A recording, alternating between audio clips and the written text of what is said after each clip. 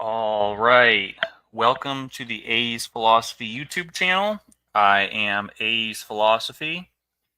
And tonight, or at this time, in this stream, in this broadcast, we are going to be having an open discussion. Let me just see if I can just make sure. We are going Yeah, to be having good. an An open discussion. So we'll have to wait a little bit and see if anybody joins, or wants to join. But in the meantime, I am just going to promote some ideas that I've been thinking about, and things that I think may be helpful. And a lot of this. We've already got somebody here. That's good. You've got Andy. So it's good to see you, as always. Hope you're well. And maybe some other people will join. I will post the link to join in a little bit. First, I kind of just want to, if you take a few minutes to just kind of speak about some things. Got something up here called Truthianity, and I think that these ideas are important. I'm not sure if the ideas that I am bringing forward are actually going to become a movement and become something that affects wide scale change. I think it's most likely that the current idea of Christianity will continue to have root and be dominant. Who knows for how long? Well, I just leave it there. But it may have my ideas may help people at the individual. It may help individuals because I know that at some point people run into difficulties with what is being thought about in the mainstream, and there are a couple of examples of that very recently in the so-called biblical Unitarian camp.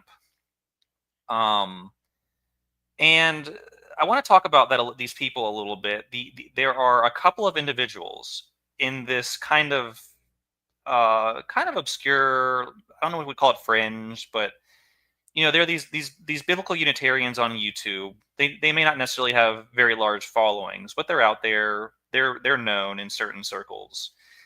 And in this last week, two of them have, at the same time, even though they've been doing operating in these circles for years, as far as I know, have come out in the same week, this last week, and posted videos about how they are going through a kind of transitional phase in their beliefs. And the transition that they're experiencing is that they basically have lost trust in the Bible. And therefore they have no foundation for their beliefs. They're searching. They are asking questions about God that they never thought they would ask, about what is the foundation of what they believe. How can we trust the Bible? How can we trust in anything? Does God exist? Is there any truth to Christianity? Am I still a Christian? Should I leave? I see them in their videos asking these kinds of questions, and these are questions that are based on them basically coming to the Bible, having based their ideas, their beliefs in the Bible as Christians. But then after so long, I guess you run into these issues that so many people have before, and you have to start asking these kinds of questions. And so these people have gone public, so I don't think it's anything. I'm not criticizing them. I think what they're doing is kind of courageous, and good and positive for them, because they need to go through this and figure it out what it is exactly they believe in. Maybe there's a more firm foundation for what it is they believe, and they can't do that unless they break free from the previous basically system into which they had placed their mind. So there arrives a time where you have to go into a period of uncertainty and doubt and questioning of things that you never thought you would, and things that gave you assurance you were certain about. Now you realize, okay, your certainty was an illusion. And the two people I'm talking about are, Taylor Stewart from Stand On Scripture channel, who is a biblical Unitarian and who's been on many debate channels promoting. And I, as a Unitarian, followed them, so I know who these people are. And these aren't like the biggest names on YouTube, obviously, but they're people who I know, and they're people who kind of had a certain system that they went by. And I kind of am just noticing that the kind of topics I talk about have basically become an obstacle to them. Oh, one is the other one. The first, so one is Taylor Stewart, who had the channel Stand On Scripture, and the other one is Common Sense Christianity, who also goes by Christian Man. And I have conversations with these people going way, way back, a long, long time. And yeah, both of them in this last week have come out with videos talking about how they're basically just in a situation where they're questioning a lot of the things that their presuppositions. They're questioning the Bible, questioning its reliability, questioning whether it's a reliable source of information about God and faith, and how to have a relationship with God, and is if there are errors, like how can we trust it? What can we trust? Is there any trustworthiness in it? Am I still a Christian? I don't know if I can be a Christian if I'm seeing problems with the Bible. And these are things that I've talked about for a long, long time. And I think it's very interesting. I'm not sure if there's anything I said necessarily that caused them. I'm not saying that. I'm just saying that I see them putting these things out there, and I feel like this is kind of what I want to do with my channel, is speak to these kinds of issues and say that I do believe there's a solution. There are answers to these questions, but it's not going to be found in the kind of fundamentalist evangelical idea of holding on to the Bible in its totality, in its current form.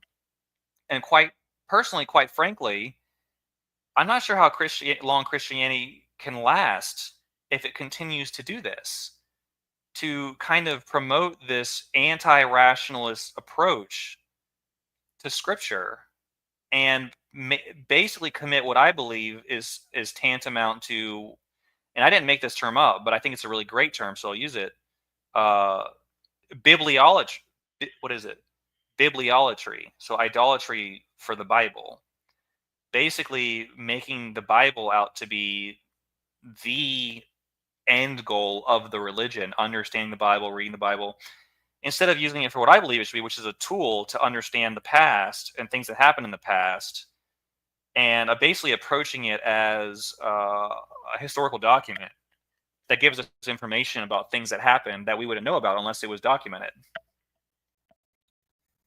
But this raises all kinds of other questions, like can Christianity really exist in a state of being detached from the Bible?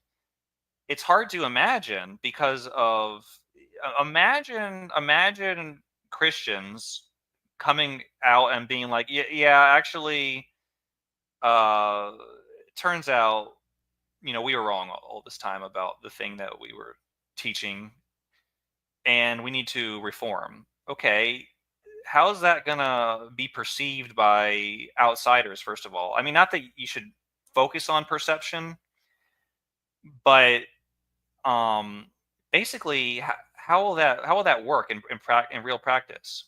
If that such a reform were to take place, like, I think a lot of people might ask, like, to go in that direction is to basically self-destruct the faith. And I agree that it would be quite a turbulent. It would create a deal of turbulence, and I'm not sure what the end result would be. But I have decided that it is necessary to do this because, at least for certain parts of the Bible, um, they just can't be seen as authoritative because of the problems they create. So, but I'm just one small YouTube channel. Like, trying to think about how this would be if Christianity as a whole went in this direction, and how it would affect the stability of. It's hard to not see a lot of people being like, well, if you people got all this wrong for so long, like, what kind of God do you have that would allow this kind of massive error to persist for so long? So it might lead to a lot of people being like, well, I'm not just going to take Christianity seriously. So you can see how it would lead to issues like that, where maybe it would totally destroy everything. But at the end of the day, we need to commit ourselves to whatever is true. We can't. I don't think we can worry about how things will be received, how things will be perceived. We just, as individuals, I would say mostly as individuals, we just have to believe what's true. And if it's true that the Bible is not the sole and greatest and ultimate authority of the Christian faith, then that needs to be believed. That's what we need to believe. It needs to be accepted, regardless of what may happen from a practical or social standpoint. But it is very difficult to imagine, uh, as a whole, at a global scale, how that would work in the end. I noticed Taylor.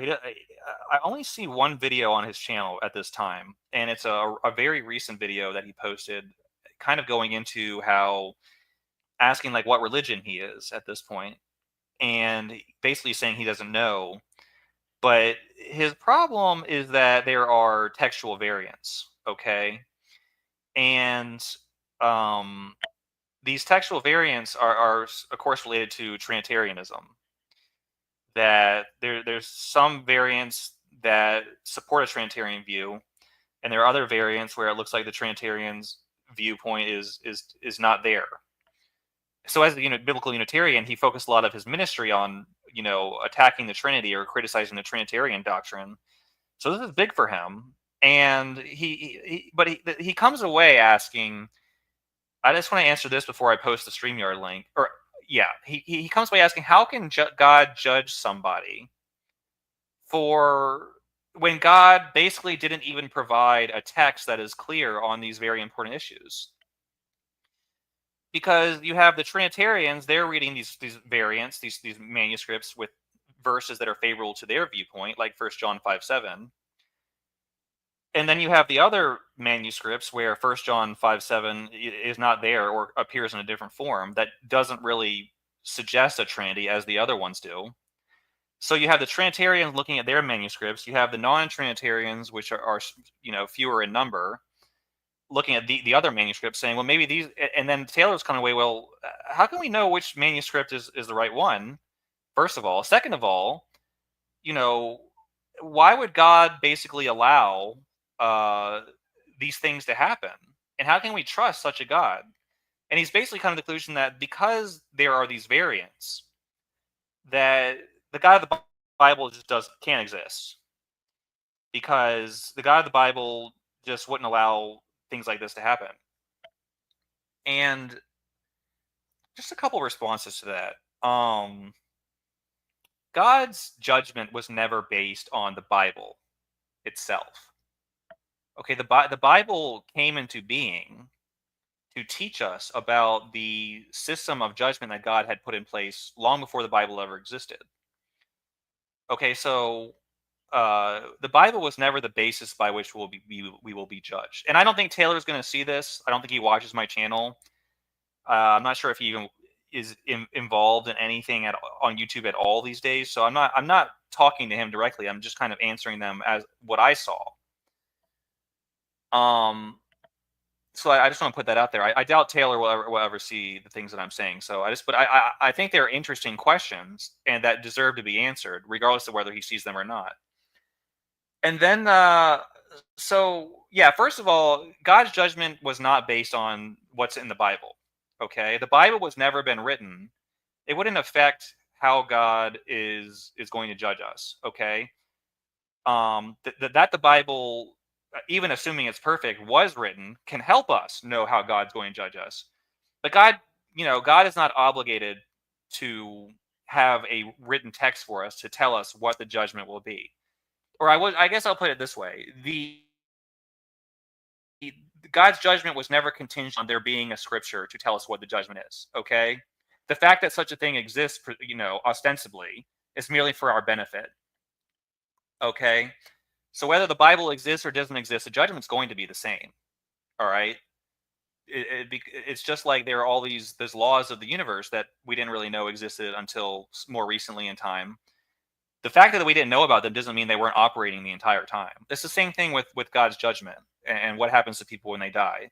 It never changed. It didn't change when the first scripture was written, way back whenever it was written. Okay, it was always the same. This is why people who say like Jesus came in and changed how God judged, it doesn't make sense. It's the same thing as saying God changed the laws of physics when Jesus came. It's like, no, gravity was the same before and after Jesus. All right. To say that God would change how he judges people is to say God is untrustworthy, essentially. But there are a lot of Christians who say exactly that.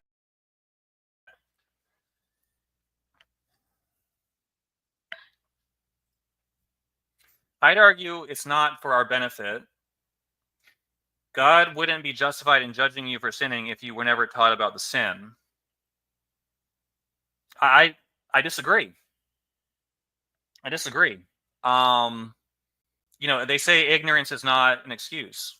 Okay, just because we don't know how God, the totality of how God judges or does anything, does not excuse us from what it is we're supposed to be doing. Okay. But let me make the second point to this criticism that why would God basically judge us when God has given us such an untrustworthy document that is unreliable, has variance, is unclear. People disagree on it. It's ambiguous terms and questions abound, essentially. I think another response to that is, why do we have to blame God for that? The assumption always within Christianity is that God is the one who wrote and inspired the Bible. And when I say the Bible, not just what's its contents, but the collection of texts that are contained within it, the canon. So you have to realize the Bible is not just what is written, but it's the books that are in epistles that are assembled within it. And you have to realize a lot of the canon was decided by the early by so-called Christian theologians, bishops, and things like that in councils centuries after Jesus Christ existed. So let's just say that of the 66 books in the canon that were decided at what was that council? Council of Dort? No, Council of, I can't remember which council it was. I'm getting old. There was a Council of Trent. Council of Trent. It took 1,500 years for well, it wasn't Nicaea. Nicaea was the Trinity doctrine, but yeah, believe it or not, the Council of Trent was in the 1500s. That was the first time that the church actually got. It took 1,500 years for the church to actually get together and say these are the official books that we're going to use. I mean, obviously those books had been in use before then, but it wasn't until then. It wasn't until the 1500s, the Council of Trent, that it was made that somebody like a pope put his stamp of approval on it. Before that, it was just kind of something that Christians had agreed upon. But even in that case, you have to go to the year like 397, and you have like a couple councils at the end of the 300s AD, like Carthage in 397, where the canon was kind of fleshed out and determined there. But it was just a local council, so it wasn't seen as authoritative by the entire church. Yeah, Council of Rome. There were a few of them in the late 300s AD. The point is, these are decisions that are being made by men. So let's just say that a lot of the errors are contained within a few of the books that were included in that time frame. Why should we assume that these people made the decision that God wanted us to make? These are people with free will. They're human beings, so they might be operating under corrupt intentions. They might like some of the content of some of the epistles, and therefore they decided to include them for various socio-political reasons or whatever it may be. So why do we blame God? The problem with assuming that the Bible is a book given to us by God is that if there do turn out to be some sort of errors like this, not just in the content, but in which books are deemed important, it makes it look like God's the problem. And that's exactly what was being said. Why God can't exist because God gave us a bad book? Well, is it really God that did it, or was it men? And then there's the question of how do we unify at this point? Now that we see that there are issues, there can be no unity because there's going to be some people saying, we need to trust this, and other people saying, no, we need to go back to that. And there's a big question about how do we unify around anything. And that's why on this channel, I believe I've been proposing solutions to all these problems. And, not really many people are listening to me, which is fine because, that's just the way the world works. I'm not a popular YouTube channel. But nevertheless, I do think the things that I've been saying solve a lot of these problems. Like, I think we unify around what Christ taught. Like, I think we just go back to the origin. The original Christianity there was no Bible. There was no official collection of canonized texts and epistles and all this other stuff. It was all centered around the teachings of Jesus Christ, and specifically as we find them in the Gospels. And I can't think of a better unifying principle than just believing what Jesus Christ taught to the exclusion of everything else as Christians. If Christians are looking for some way to unify or some message around which to unify, and there are these issues popping up about the reliability of the Bible, well, one of the issues the Bible presents is there's a lot more in there, especially in the New Testament, than what Christ taught. You have Paul, you have the book of Revelation, you have Jude and James and various others, writers, Peter. Even if we assume that these texts are legitimate, which obviously scholars dispute, that adds a whole lot of extra complexity to the faith. Instead of just saying, Christ is our authority, and other people may contribute ideas, but it's essentially commentary.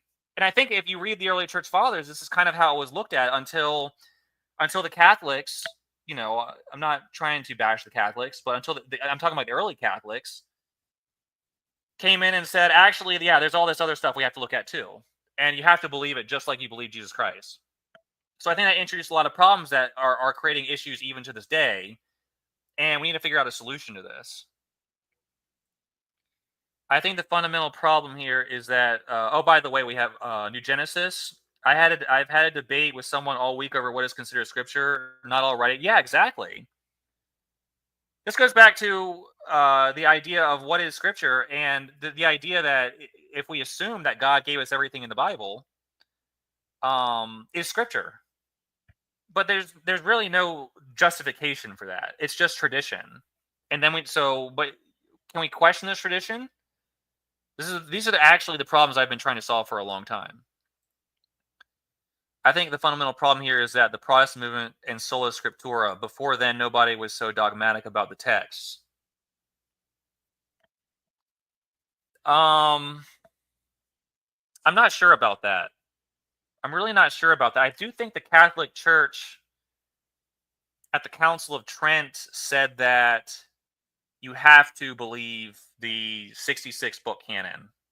So the Catholics did affirm the 66. I think what happened was, like, Luther and Calvin were trying to throw books out of the Bible, So the Catholics did come in and say that you have to accept the 66 book canon.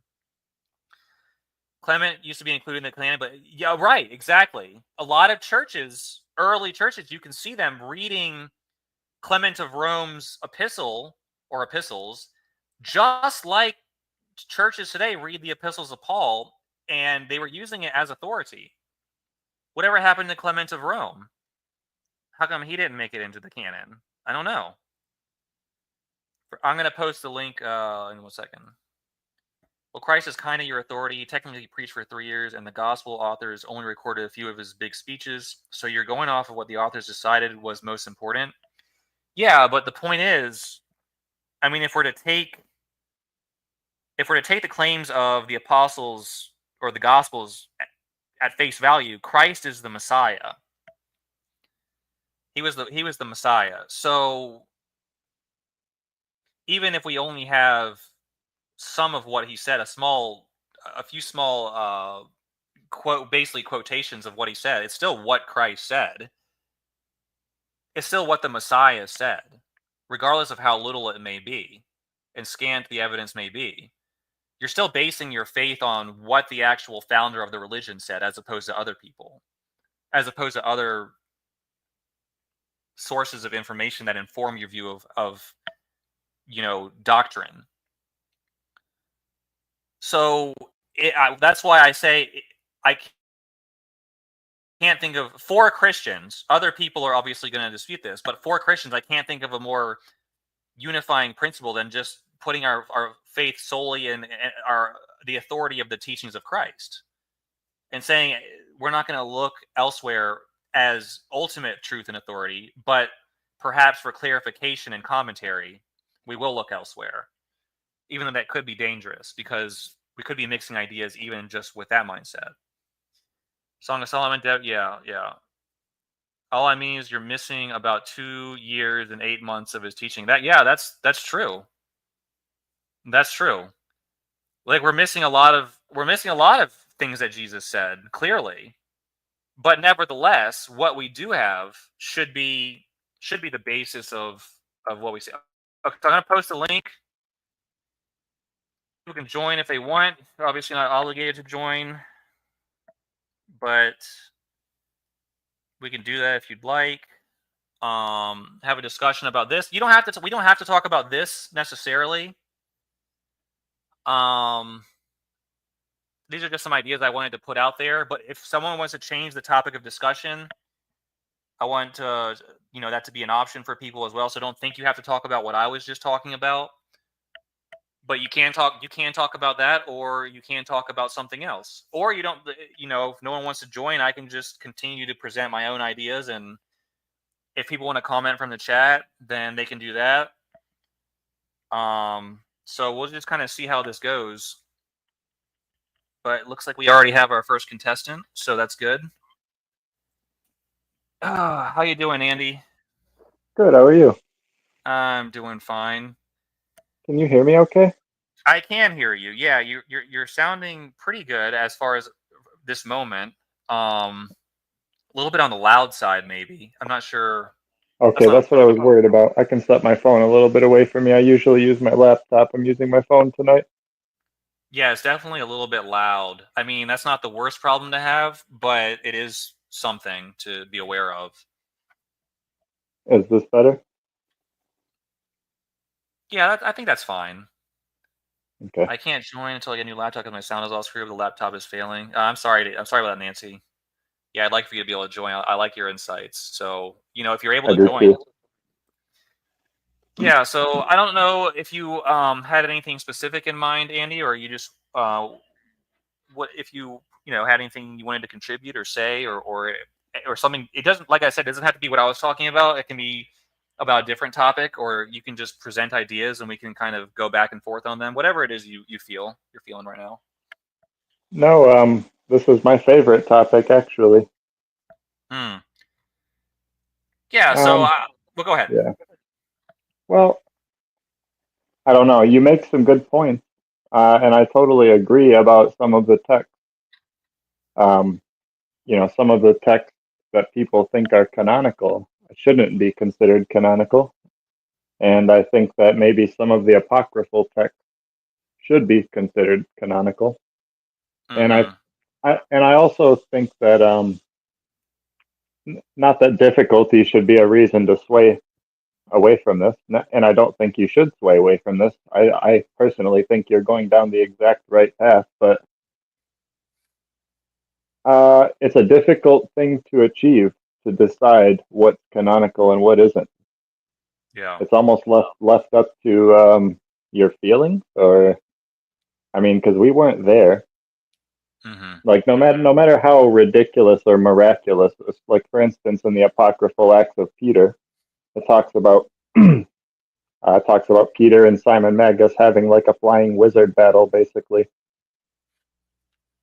Yeah. and not, or like the talking, the walking, talking cross, and Jesus being, 6 miles tall with his head literally in the clouds as he walks, and Yeah. it's I don't, and I realize that like these can almost be dismissed based on just how ridiculous they sound, but Right. from an atheist perspective, it doesn't sound less ridiculous than a human coming back from the dead, or turning water into wine, or walking on water, or calming a storm with miracles. Like it seems equally ridiculous as that to Right. me.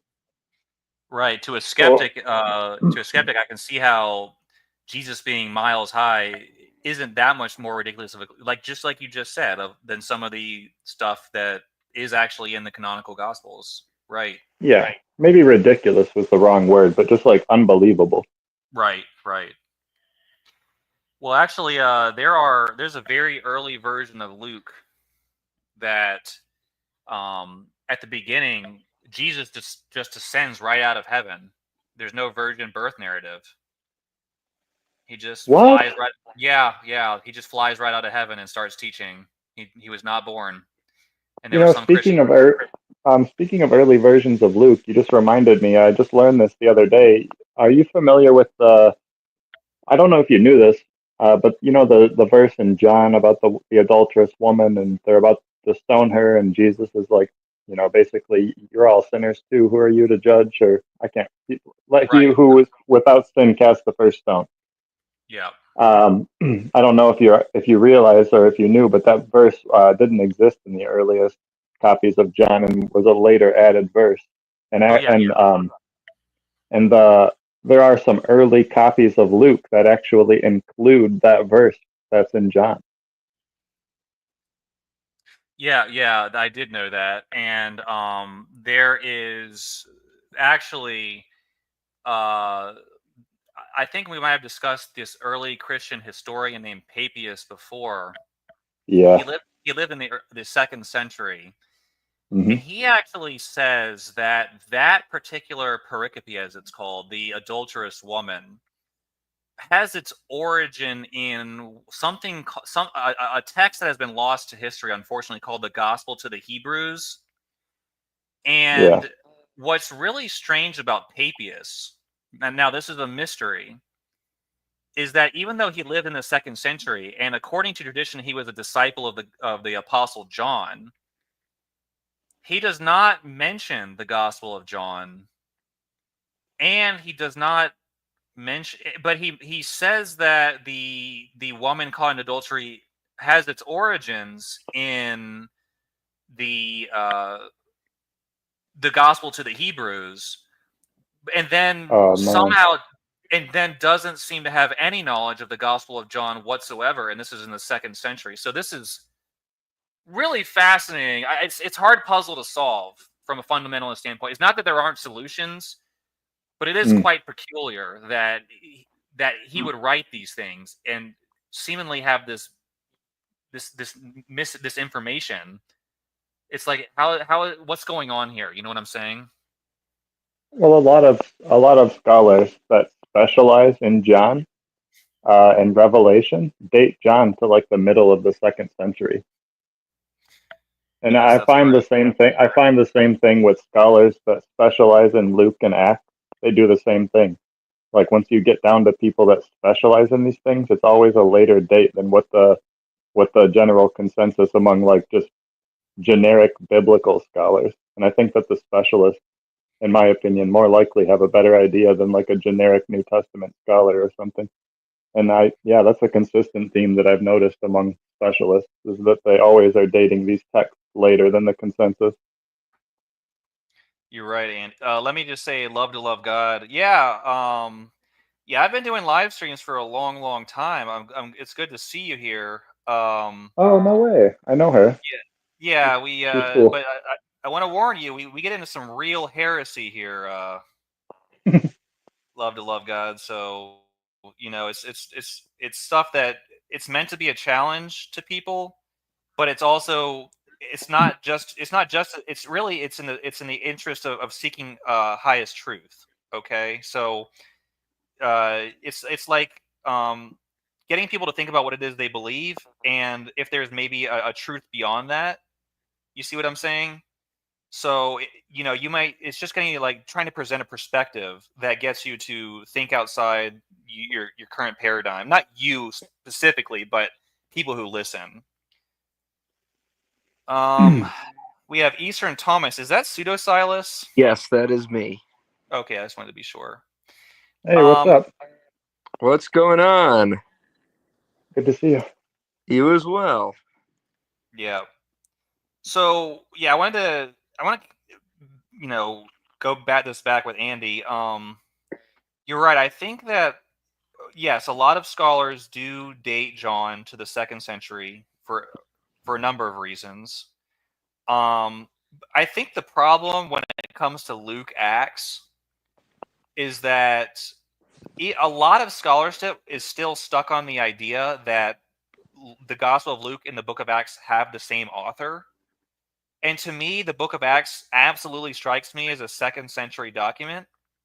But it's dated in tradition to the 1st century because of this idea it was written by Luke. But I think once people realize that Luke, the author of the Gospel of Luke, did not write the Book of Acts, then the Book of Acts will be rightly placed in the 2nd century as a 2nd century document. That's an interesting that's an interesting case, I guess, because like I've heard some of my favorite scholars like Bart Ehrman and Dennis MacDonald and Richard C. Miller and uh, Dr. Robert M. Price and Robin Faith Walsh, and they all are in agreement that Luke wrote Acts, and they make pretty good arguments for it. And Well, they also put Luke in the 2nd century too, not just Acts. They think that Luke was also written in the middle of the 2nd century. What's Dennis MacDonald dates Luke to around 140. really? Yeah, and Robin Faith Walsh, in an interview with Dennis MacDonald they did together, uh, seemed to agree with that late dating of Luke. I don't know about Richard C. Miller or Robert M. Price or any of those guys, but I do know that Dennis MacDonald and Robin Faith Walsh do hold to that late dating of Luke and Acts, and they think that they're by the same author. They've made arguments for it before, but I don't pay much attention to it. I couldn't even repeat it to you, but I found it convincing. Yeah. I think that whenever Luke was written, I think it was written well before Acts. So I think Acts was probably written in the middle of the 2nd century, and Yeah. I think Luke was probably written very late 1st century to early 2nd century, because if you look at the main reason everyone believes that Acts was written by Luke is because of how they begin. Because they're both addressed to a guy named Theophilus, and the book of Acts seems to reference a prior work. Like if you read the beginning of the book of Acts, it seems apparent. It says, "Oh dear Theophilus, I continue my." I can't remember exactly what it says. I could bring it up, but my computer's too slow right now, so I It don't think says I have like many have partaken in trying to tell the events that we've seen or whatever, something like that, right? Is that what you're referring to? Well, that's the Gospel of Luke. The Gospel of Luke Oh, begins you're that right. way. You're right. I'm sorry. Okay, Yeah, so yeah, my bad. let's just take a look at it. I'm gonna try and test my computer's limit. The problem is that for whatever reason is fine until I try to use StreamYard, and then it has gigantic problems and doesn't want to do anything quickly. So I hesitate to do anything. But I think it's instructive because I think this is a really important point that people need to understand. People really need to understand that Luke did not write the book of Acts. I think that this is important. This is important to me that this narrative be kind of brought into question. So here's the beginning of the Gospel of Luke. Inasmuch as many have undertaken to compile an account of the things accomplished among us, just as they were handed down to us by those who were from the beginning, by those who were from the beginning, who from the beginning were eyewitnesses and servants of the word, it seemed fitting for me as well, having investigated everything carefully from the beginning, to write it out for you in consecutive order, most excellent Theophilus, so that you may know the exact truth about things that you have been taught. So here's some things that I take away from this. This strikes me as someone who's writing well after, probably after the apostolic era. It sounds to me like a lot of time has passed, maybe a century, perhaps, maybe not a century, but this isn't someone who's writing right at the beginning and things are getting off the ground. No, this is something that someone who's trying to compile a history of things that are well in motion. Okay, so the idea this could have been written in the 2nd century is not something that should be dismissed even among Christians, just based on what's being said here. Yeah. But here the key point here is it says it mentions this person named Theophilus, and Nancy in the chat has a comment here. Ignatius of Antioch, look at his name, Theophilus, Ignatius, Theophorus. So a lot of people think, and there's no proof of this, that this Theophilus is Ignatius of Antioch. But anyways, if we go to the book of Acts, Yeah, we I look at don't the think very so. beginning of Acts, the introduction of Acts. Well, yeah, there's no, unfortunately, whatever anyone thinks, there's just no proof one way or the other. So it's a possibility. So this is Yeah, how the book of actually, Acts let me begins. rephrase. The first account I just mean that we don't have any good reason to believe that it is Ignatius. That's all I meant.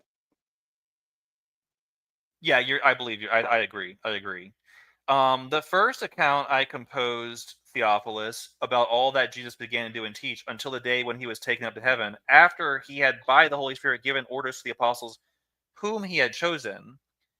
To these he also, okay, so basically in the book of Acts it mentions the same Theophilus, mentions a first account, and then talks about something that happened at the end of the Gospel of Luke. This is what I think is going on here. I think the author of the book of Acts is doing something quite intentional. I think that the Gospel of Luke has already been written. It's already in widespread use in Christendom. And what the author of the book of Acts is doing, he has the Gospel of Luke right in front of him, and he kind of plays off of this text and makes it look like he's the same author, when in reality he's just, trying to pose that way, and then he's going to go on to create his own narratives. So I think this is exactly what happened. I think the author of the book of Acts imitated or made it seem as though he was, the author of the book of the Gospel of Luke, to give his own writing authority. I think that's what happened. What what makes you think that? Just because it's because he's outright saying the first account I composed, like it seems suspicious that he would say that, or No, not for that reason. The reason is, well, there's a number of okay, so this would be a reason to believe that Acts and Luke were written by the same person because of the alignment between these two introductions. Okay, yeah. The problem is that there are very significant linguistic and stylistic differences between the Gospel of Luke and the Book of Acts. I would personally argue that there are doctrinal differences. If you look at kind of the baptismal formulas and what people are the content of what's being said as regards actual Christian doctrine. In my opinion, the author of the Gospel of Luke and the author of the Book of Acts are not in alignment, and that's why, in my opinion, the Book of Acts should not be canonical, because it just seems to me like there's these issues that arise. I agree, So but then what makes you think that Luke should be canonical? the reason Luke should be canonical is because basically it is drawing upon established. I believe that the sources that Luke used were apostolic. Okay, so Luke clearly had Mark as one of his sources. Okay, Luke clearly had Matthew as the Gospel of Matthew as one of his sources, and I believe that the non-Matthean and non-Markian material in Luke, I can't prove this, but also came from uh, authoritative sources. Basically, it's confirming what is already written. So it seems to me that Luke's sources are legitimate, and yeah. So Well, the reason I wonder is because like, well, it seems to me like Luke and Matthew are both copying most of what Mark said and then just adding on to Mark's story. Like, doesn't isn't there isn't there at least a little suspicion that that seems illegitimate and like with ill intention? well, all right, so I'm of the opinion that Mark was the first gospel, okay? And Me too. I think Mark wrote the first gospel, and he wrote it basically more or less in the form that it currently appears. I say more or less because there are variants, they're obviously manuscripts, so what the actual original version looked like is a matter of question, but I think it essentially was what we currently have, okay? With some maybe some differences, all right?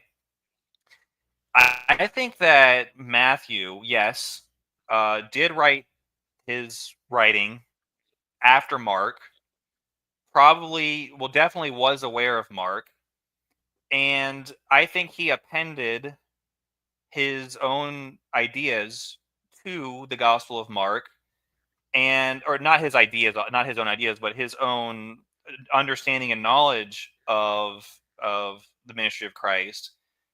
And so what's going on there is that Matthew is basically Mark plus Matthew, is how I look at it. And I don't think that it's dishonest or basically deceptive in any way. That's just how I guess they wanted to create a consistent narrative that would contain. Matthew wanted to create a consistent narrative that would contain all of the information from Mark's gospel plus what Matthew knew. So I don't think that's deceptive at all. I think that's just how it was decided to be done, and it's not deception. It's just a way of doing things that is, questionable, but nevertheless, it's all the information's there. So what's the problem? Well, it seems strange to me because allegedly, according to Papias anyway, who is retelling Eusebius's story, who is retelling some other person, Mark wasn't even a witness. He was just retelling what Peter said. And Yeah. Matthew actually was a witness. So it's like, if Matthew really was a witness, why would he retell everything that Mark said when Mark wasn't even a witness? And instead of just rewriting the story, like that seems like, just It could. rewriting the story in your own words seems like what somebody would do. I think what could be the case, and again, I can't prove what I believe, but what makes sense to me is that when Mark wrote his gospel, it immediately became very widely spread and used within Christianity. And Hmm. Matthew became, again, this is a theory. This is not something I can prove, but this would make sense. It would answer the question you just asked. Mark wrote the first gospel, maybe 60, 70 AD, somewhere in there. within a decade, let's say, it comes into widespread use among Christians. Okay, then Matthew becomes aware of it and basically looks at it and says, "Yep, he's right. Oh, and by the way, I have some other things to add to this." So he takes the pre-existing Gospel of Mark and adds to it the things that are added in the Gospel of Matthew, just to have that additional information in there. So you have basically him adding to this knowledge and information to the Gospel of Matthew. Excuse me, the Gospel of Mark. Yeah, there seems to be a lot of points though when Matthew and Luke both change the details that Mark gave to like sort of paint a different narrative about Jesus than Mark was painting. And if Mhm. that's the case, if they are painting a different narrative, like Matthew, for instance, is doing away with all of the self-deprecation from Jesus or any of the weakness or anything like that. Like he does away with that and replaces it with like glorified terminology and stuff. And so Mhm. if that's the case, if Mark was, let's just assume that Matthew did that because Mark got it wrong. That also seems to lead me to believe that Matthew would just be like, this guy Mark wasn't even there. Like he tried to get the story from Peter and screwed the whole story up, and he would just rewrite it. Like why would he reuse this flawed version of Mark instead of just saying like, this version of Mark that you are all reading is flawed. I was a witness to these events. This is what actually happened. It could be, again, I can't answer your question with anything resembling complete certainty, but it would seem to me that it could be possible that when Matthew read Mark, he agreed with it largely, and as you know, just wanted to add some thoughts. But because this was the problem for Matthew, maybe, and again, this is all very speculative, was that because it had been so widely accepted within Christianity already, he kind of needed to work with the framework that Mark had already provided. So that's what he did. He took the bulk of what Mark wrote, pretty much all of it, and didn't and basically just utilized that as a framework and also put his own ideas there as well. And by the way, uh, we have two other guests. They're waiting patiently, so I don't want to just ignore them. Yeah, go So ahead. maybe you could, if you want to, maybe respond to that, Andy, and maybe voice any if you see that as a problematic view, or but we want to get Eastern Thomist and Truth and Telos to maybe if they have any thoughts on this as well. No, I don't necessarily see it as problematic, just maybe less likely than what I have in I mind. will, yeah, I will say, this kind of solution that I'm proposing obviously wouldn't fly in your typical evangelical circles, which require everything to be like basically a perfect book perfectly written by God, and there's none of these issues about these kinds of questions about sources and things like that. So I'm not sure how many Christians are going to accept but if you do approach this from a kind of bare historical approach, like I do, like anyone would approach an ancient text like this as just a historical document that you would approach like a biography of Socrates or something contemporaneous with like one of the Caesars or something. The solutions I'm proposing would work for that, but for a lot of Christians aren't going to accept it because they don't, basically you can't have there not being complete certainty about what happened, essentially.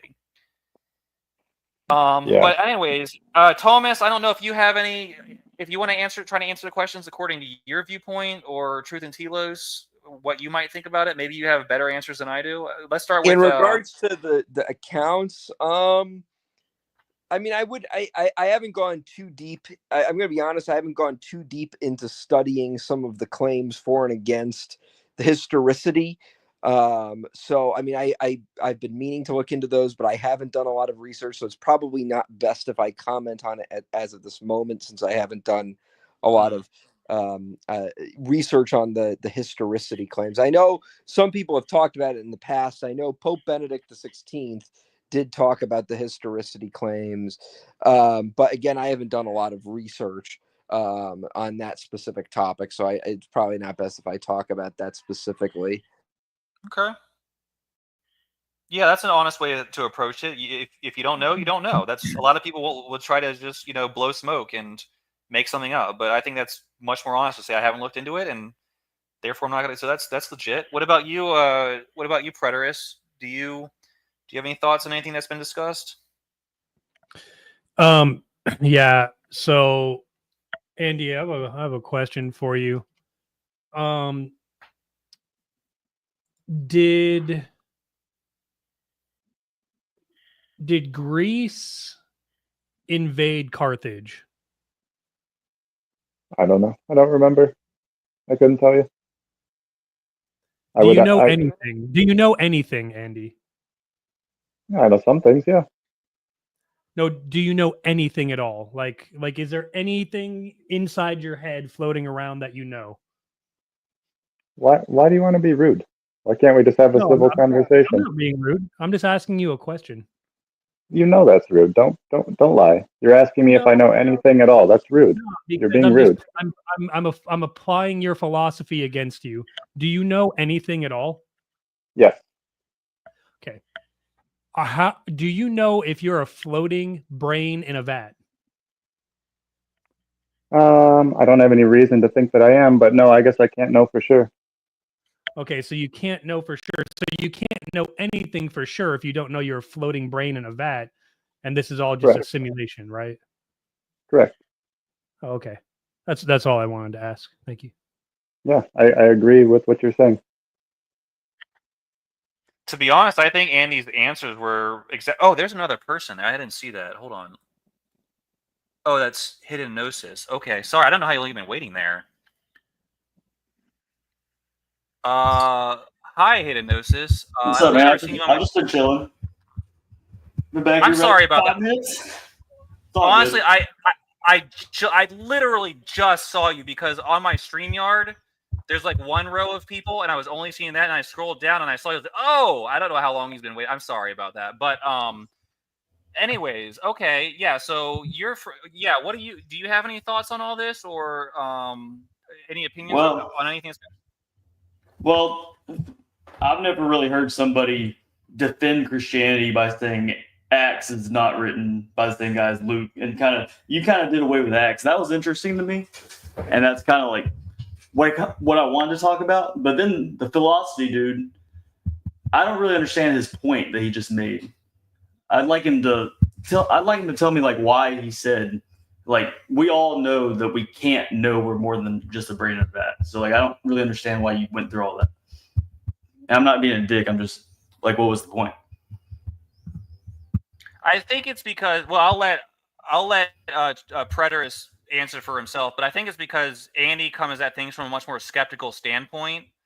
So I guess it's because Preterist, answer for yourself. Like, I guess, what was the point of that whole dialogue? Oh yeah, no. So hold on. I'm sorry. Can you guys hear me now? I can. Yeah, we can, or I can at least. Okay, I'm sorry about that. So the whole point is it's like you reduce to the ridiculous with it, right? So I asked Andy, hey, did Greece invade Carthage? He goes, I don't know. Right? Well, do you know anything? Well, yeah, I know some things. Do you know if you're a brain in a vat? Well, no, I don't know that. Therefore, you know nothing. Right? Because it's impossible to know anything if you don't know if you're a brain in a vat. So it comes down to like knowledge is just a concept, and there's no such thing as knowledge. There's no such thing as experience, right? That's the whole point, I guess. I mean, I get what you're saying. I kind of agree, and part of me, yeah, it's weird. So I'm up here because I guess this is a philosophy channel. I've never watched y'all before. I really enjoy studying history and facts, but philosophy is the one every time I get into philosophy, pretty much get my butt handed to me. So just get up here, talk. But philosophy's hard for me, guys. I'm gonna try and hang.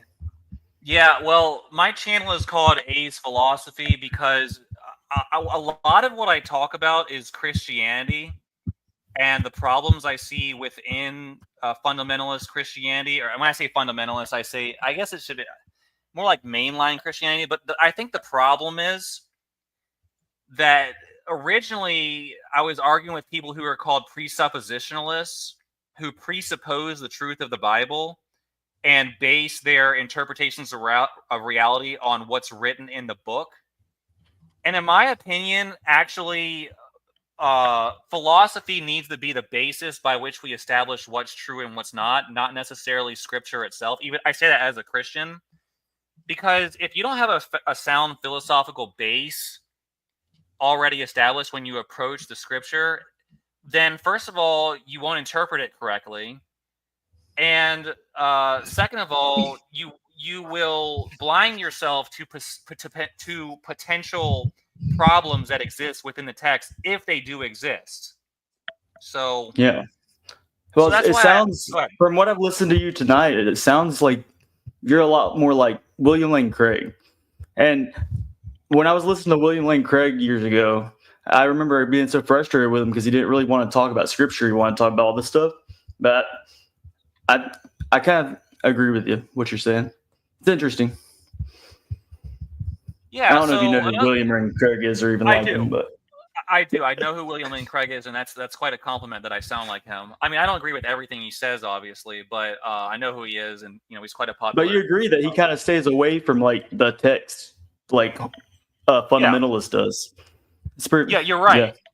You're right, because I think, especially when you're talking about apologetics, one thing a mistake that I think a lot of Christians make is they try to prove to non-believers what they believe from the text. And that's just not something that's going to convince anyone who already hasn't, accepted that the texts are legitimate. So you have to come at people on their own terms and show them that these texts have merit on their, in a broader sense than within its own framework, essentially. So you can't prove the Bible by quoting the Bible. You have to prove the Bible by showing that it corresponds to a greater reality and what's true in reality. All right? And I believe that's much more effective in changing people's minds than saying, this is what Andy left. I'm not sure why he left. He's got to go find out if he's a brain in a vat or not. Maybe. Yeah, anyways, I'm not sure why he left, but I enjoy talking to Andy because he actually raises good questions and good points. Okay, so let me rebuttal that real quick if I can, A's, because Andy is he's just a very common agnostic. Like you can find agnostics like him all over, and what it comes down to is they just don't know. Like it's impossible to know anything with an agnostic, and it's actually, I don't know, for me, I just find it to be kind of boring, because it's like, okay, are you a brain in a vat? Well, I just don't know. Okay, then knowledge is impossible. It's an impossibility. There's nothing to know if you don't know. Well, 100% knowledge is an impossibility. I would actually agree there, but like, I think it's fine to say I know something if you're like 80% sure. But yeah, if you want 100% certainty, you're not going to get that on anything. Well, no, I'm just saying even about the concept, like the concept of knowledge, right? Like you know that there is a thing called sunlight, but it's impossible to actually know if there's a thing called sunlight because you don't even know if you're a brain in a vat.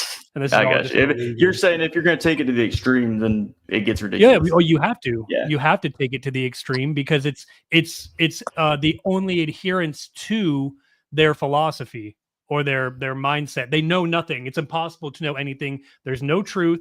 There's no knowledge. There's no set precedent in anything.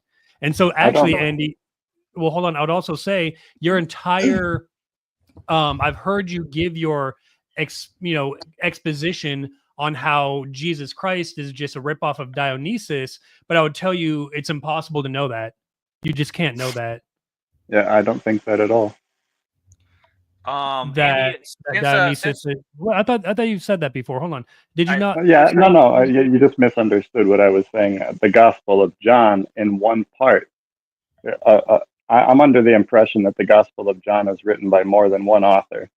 But in one of the what appears to be one of the authors of the Gospel of John, he does draw what seems to be several parallels between the Greek god Dionysus, but Matthew, Mark, and Luke don't seem to do that. Andy, you follow Dennis McDonald? Are you reading his stuff? Is that why you're saying that? Like, is that where you're getting this? I missed the first part of what you said. Are you getting all that from? Do you read Dennis McDonald? Is that where you're getting this?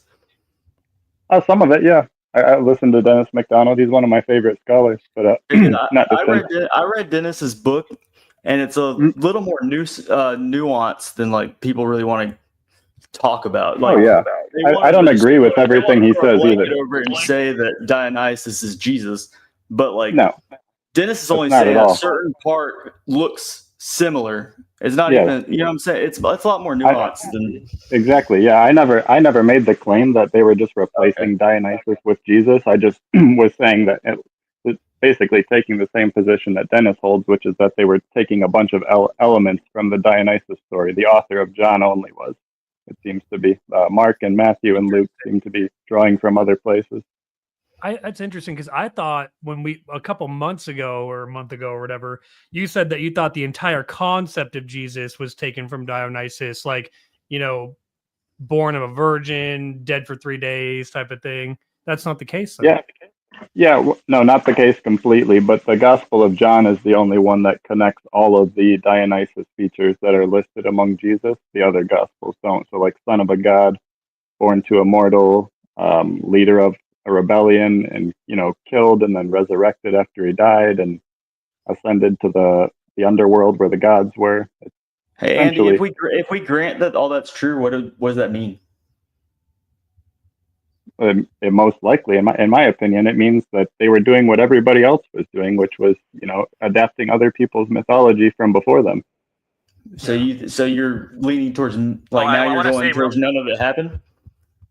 No, some of it's historical. I think some of it's historical. I just think that a lot of it was mythologized. And I want to say real fast, I hate to interrupt a good conversation, but and Andy knows this because we discussed this. I do have a video on my channel refuting the claim the gospel narratives were crafted by imitating Homer's epic poems. So digital gnosis, these are concepts that we've discussed on my channel going back a little while now. Dennis McDonald's theories about the mimesis and things like that. And Andy is a proponent of those views. I wouldn't say he's a proponent, but he kind of finds them interesting at the very least. So yeah, I find them interesting as well. These ideas around about. I'm a proponent. I find them convincing. I think whenever Dennis talks about mimesis, I think that mimesis is a real thing. And after reading Dennis, I actually have, I think that the New Testament authors are doing mimesis with the Old Testament. And I got that from Dennis because he was talking about the Greeks. But I don't really buy all the Greek stuff, but I definitely took the mimesis concept, and I think that they're definitely doing that with the Old Testament for sure. So wait a minute. So do you think that the New Testament authors, specifically in the Gospels, are crafting narratives about Jesus, just whole cloth fabricating them from things that took place in the Old Testament? Is that what you think? Not really. I think that they're taking historical figures. Like, I think Jesus was a real dude who was like really, how do I put that? I think he thought he was a messianic figure, right? So I'm not a Christian, by the way. I don't think he resurrected, but I think pretty much the story is true because I think he thought he was a messianic figure. I think his followers thought the same thing. And I think when he died, I think his followers truly they believed he resurrected. I just don't think that they ever saw it. I think they worked it all in their heads, in some way. I don't have it all figured out, man. But I'm working on it. And I think that to work out all the issues, right? Because a big issue in the New Testament is where Jesus says he's going to come back before that generation has passed. That's a big issue for me. I don't know if it is for everybody. And Me too. I know that throughout the centuries, that's been an issue. And in order to fix it, authors and church fathers have worked circles around the Old Testament trying to show why that doesn't mean what it seems to explicitly say. And that's just one example of something I've read before, but I think that's what they're doing. I think they're using mimesis from the Old Testament to fill in gaps, and you know what I'm saying? Yeah, no, that I understand what you're saying. Yeah, the stuff about it's very. Here's the thing. It's very interesting that. Well, I guess it's not interesting. The fact that the early church preserved that Jesus said these things shows that maybe they thought there was an interpretation that worked. As far as not a generation, this generation will basically see the second coming or whatever, however it was Pretty much. specifically written. I can't remember it verbatim.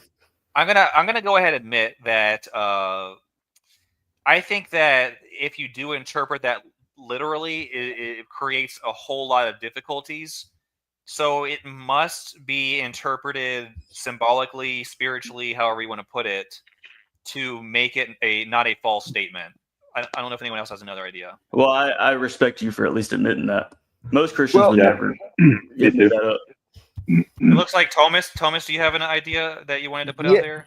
Yeah, I know one of the arguments that St. John Chrysostom comes up with is he says that the generation is referring to the Jews, because oftentimes throughout the gospel accounts, Jesus will say things like, "Oh, this wicked generation seeketh a sign."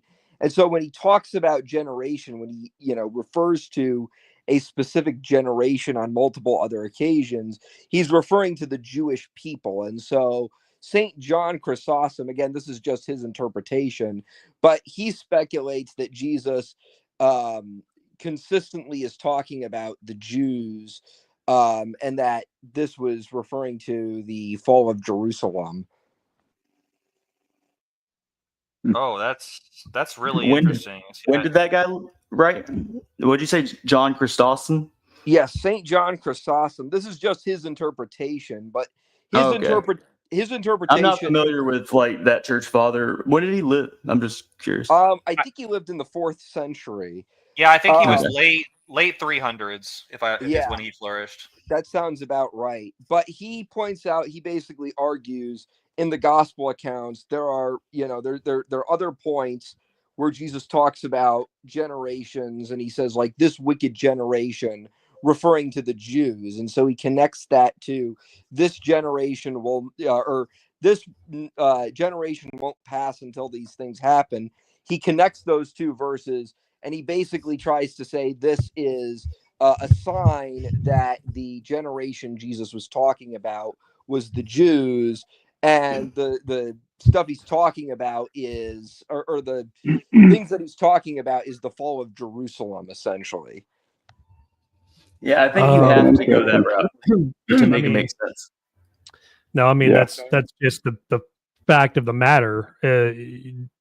Deuteronomy 31 and 32. Moses said to the Israelites, in a future generation, all these things are going to happen to you.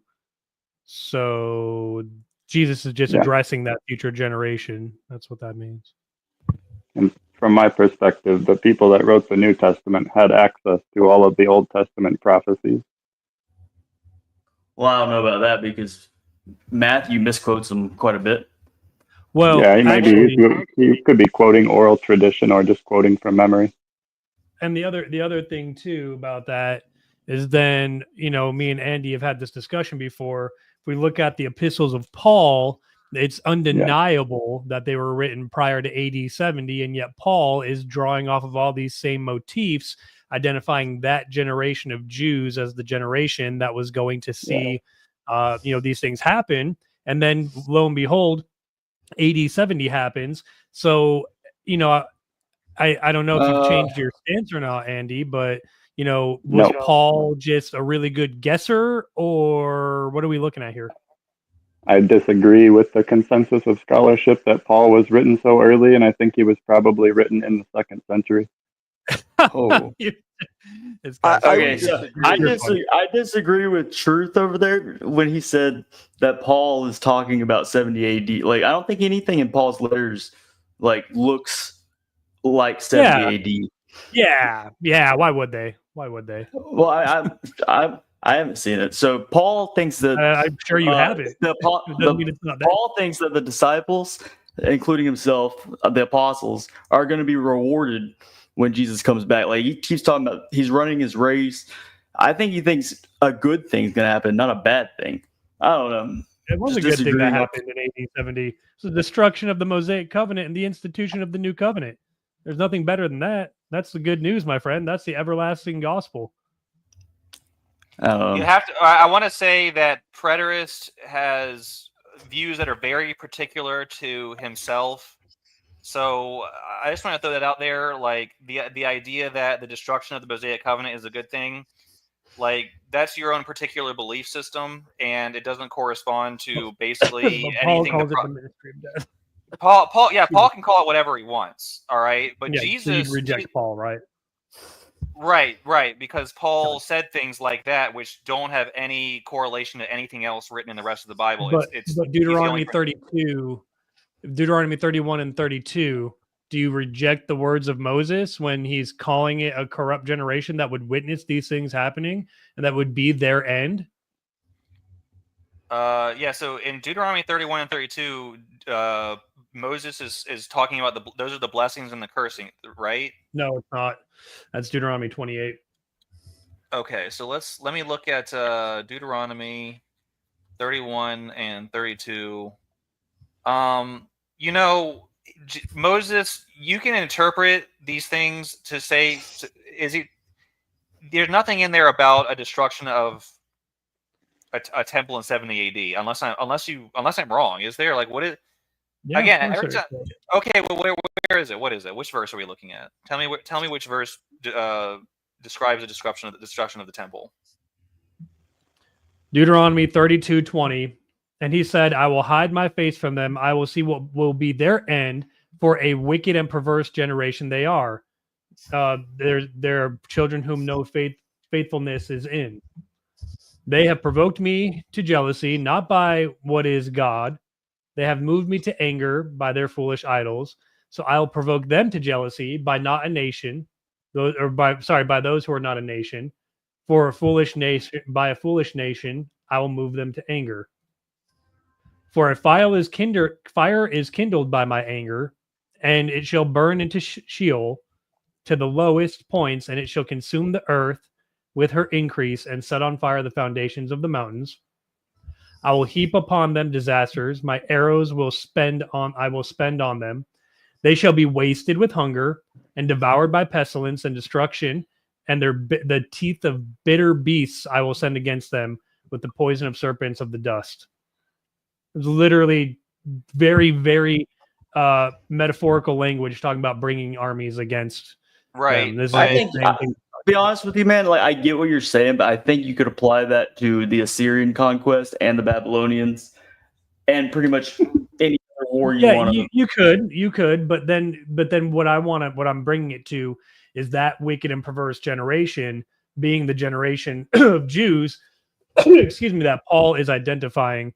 And so that's why when we see that Paul was written prior to AD 70, you've got nowhere to go. You're in a corner. You have to either say, well, Paul was a really good guesser at saying the resurrection was about to occur, the judgment was about to occur, all these things were about to occur, and it happened in AD 70. Or you could go Andy's route and say, well, I actually think that Paul was written in the 2nd century, which is just impossible, just so you know. I wouldn't.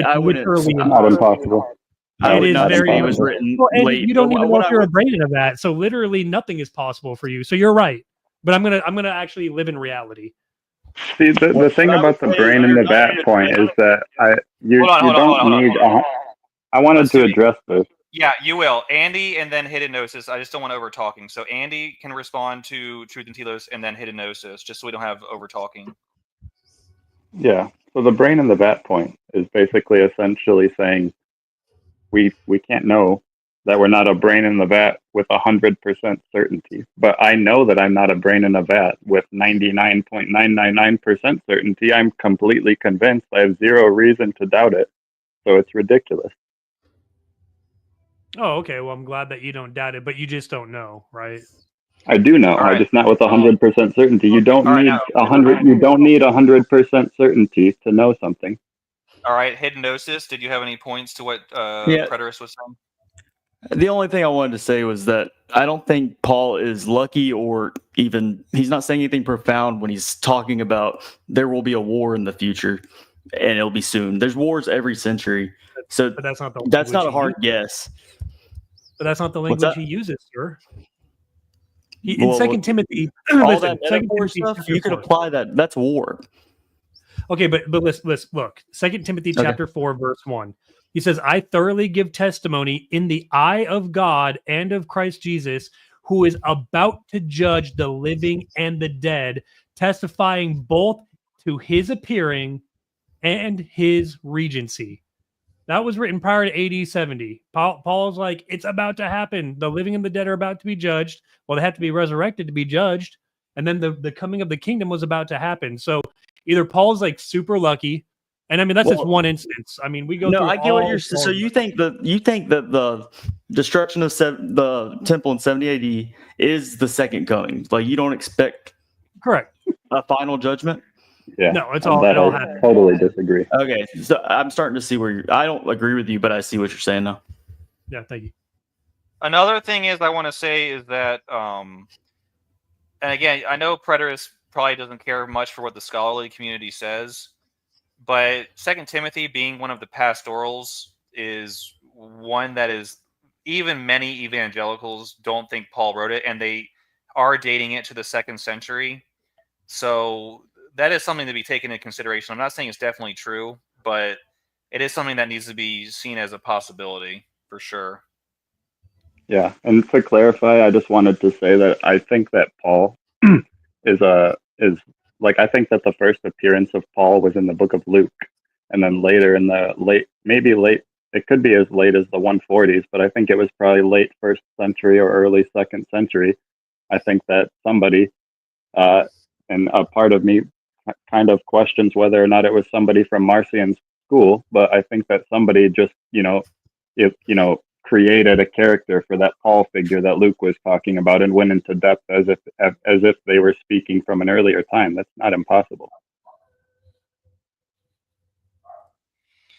To me, it seems like Paul really did exist and write some of the epistles. Like, obviously, there's a great deal of controversy about which ones, and for the one, maybe he wrote part of this one, or an amanuensis wrote part of that one. These questions abound, but I think the idea that I recently started seeing videos about how Paul never even existed at all. That to me, there's a new lady that she just dropped a book, and there's all these videos because she's trying to sell it. Yeah, it's fringe, super fringe. It is super Yeah, fringe, and this I is find old news, though. I mean, she's probably We're talking about Nina Livesey. Yeah, I don't think. Yeah, this she's is the old first. news. She's been talking about this for like 10 years. Well, yeah, but she's promoting the new book. That's why it's all blowing up right now. Oh, I see what you're saying. I misunderstood. I would totally agree. I really think that. I think that two viewpoints I really don't take seriously are the mythicism of Jesus Christ, and even the mythicism of Paul. I don't understand how you get there. I actually think if one of them is a myth, if either one of them is a myth, it's going to be Paul, because I think there's just a lot more evidence for Jesus Christ. But even with Paul wrote something, and Jesus hasn't wrote. So I don't see how you can have more evidence for Jesus when we have documents saying Paul wrote this. Yeah, I know they could be forged, but that's a good point. That's a good point. I would agree. But and again, I'm just trying to think of somebody. I'm trying to defend my position. I think that there is much more extra biblical evidence for the existence of Jesus Christ than there is for Paul. So yes, the textual evidence seems to support more Paul if one of them was a myth. But outside of the Bible, I think that there is enough to confirm that maybe he Yeah, I mean, wasn't. I think unless we have a mythicist here, I don't think it's worth like having to Yeah, debunk them. right. I'm You're probably borderline. right. I would say I'm borderline mythicist. Okay then. I wouldn't say I'm fully convinced, but I'm definitely not convinced that either Paul or Jesus were real people. Like, See, not at current all. position I have is I think I'm completely opposite of Andy. I think Paul. I think there's evidence to say that he was writing in the 1st century BC. So I would date him earlier than Oh normal wow, people would want to. wow. That's new. I've never That heard is. that. I have never heard anyone make that point before. Well, it's all Say that. because if you ignore the Book of Acts, right? If you just don't look at any details in there and only look at Paul's letters, the only historical details that you can like try to date them from is he gives a list of names and then he says a guy named King Aretas ruling in Damascus, and that detail is where I get this because when he escaped King Aretas in Damascus, the only time there was a King Aretas in Damascus was in the 1st century BC. Other than that, they try now. If you don't want to believe that, then you have to go through hoops and say, well, he didn't actually mean Damascus because there was an Aretas during the 30s CE, but it wasn't in Damascus. So they have to like pull details away to make their shit work. So that's why I would go back. That seems to give credence to Paul not writing it because he was wrong. No, he would be right if you date all these documents to the 1st century BC. Yeah, but that's like really hard to believe because there was no Jesus movement documented in any way Right. during that time. Well, I mean, you don't have a Jesus movement documented like you could argue earlier, but I would say at least until the 90s is when it's well documented. So, I mean, shit, you could argue that all this happened in the 80s if you wanted to. No, I disagree. I think that you have I'm not sure which Roman historian it was. I think it was Tacitus or maybe Suetonius or one of those. I may not even get their names right. But they do say one of them does say that Nero persecuted the Christians, and he actually says what the Christians believed at the time. Now you have to. This is somebody who was writing in the early 2nd century, so that should be taken into account. But according to this Roman historian, and we have no reason to suspect he was a Christian at all in the first place, Nero was heavily persecuting the Christians, and he says what the Christians believed. And basically, it's what there was a guy who was crucified, and they take part in these rituals that would correspond to early Christian rituals and things like that. So they are Christians.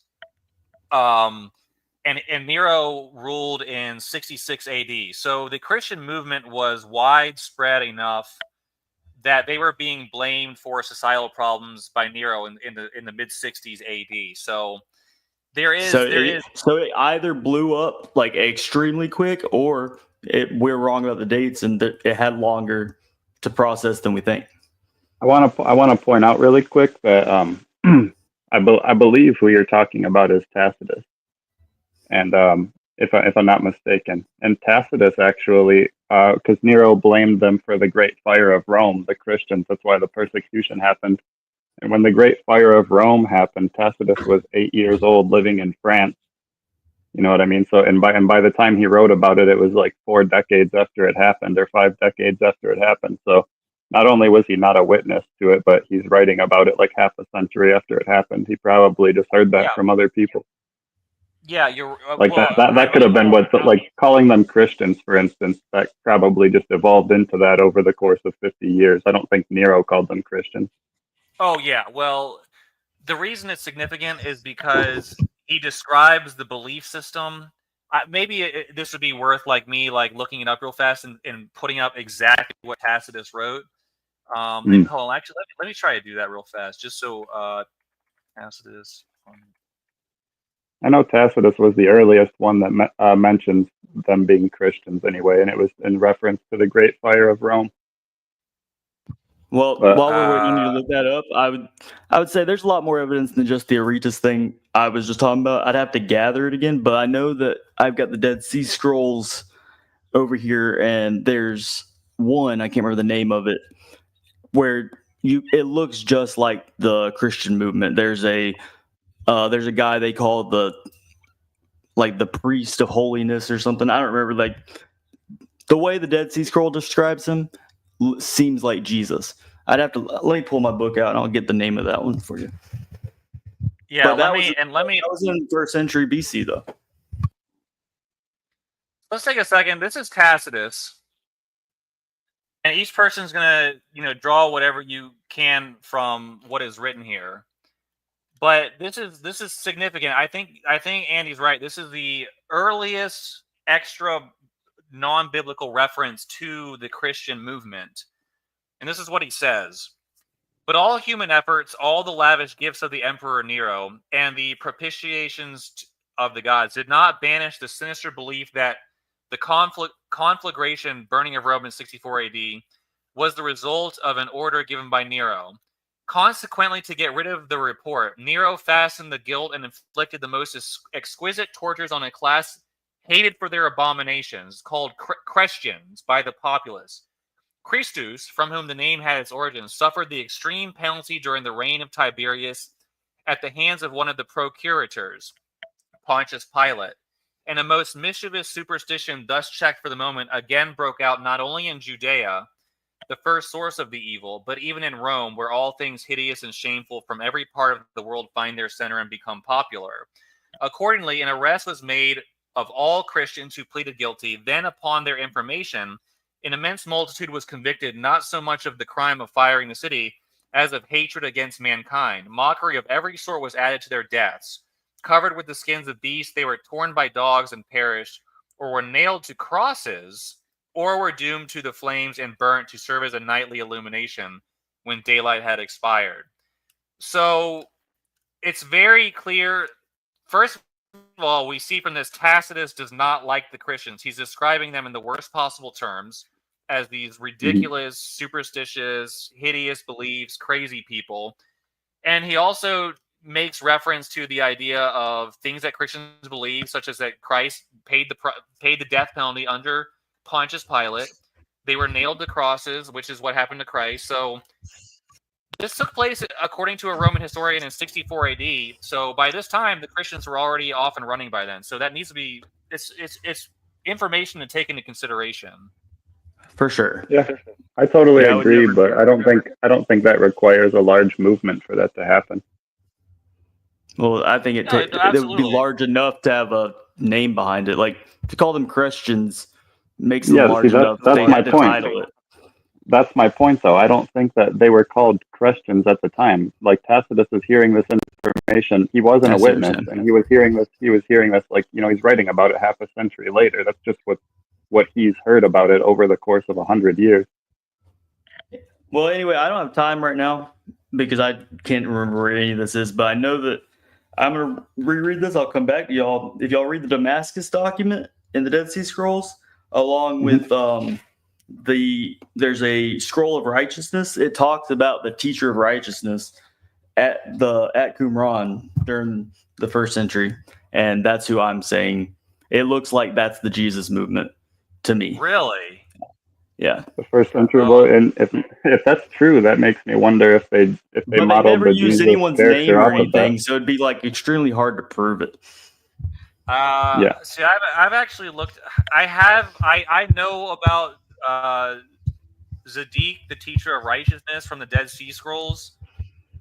First of all, the Dead Sea Scrolls, you have to understand, a lot of scholars date them to the BC period. And it's going to be really hard to say that would... I'm not sure you can draw that to Jesus Christ, unless you... I mean, I'm not sure. Did you say you have to leave, or that you were going to get this? No, I'm not going to read through all that right now to get all the statements. I've read it before. Just I don't remember where any of the stuff is, and I'm not going to I ain't got time. I think the idea that first of all, I don't see how you can connect that figure, the Zadik, the teacher of righteousness document, to Jesus. I've read it.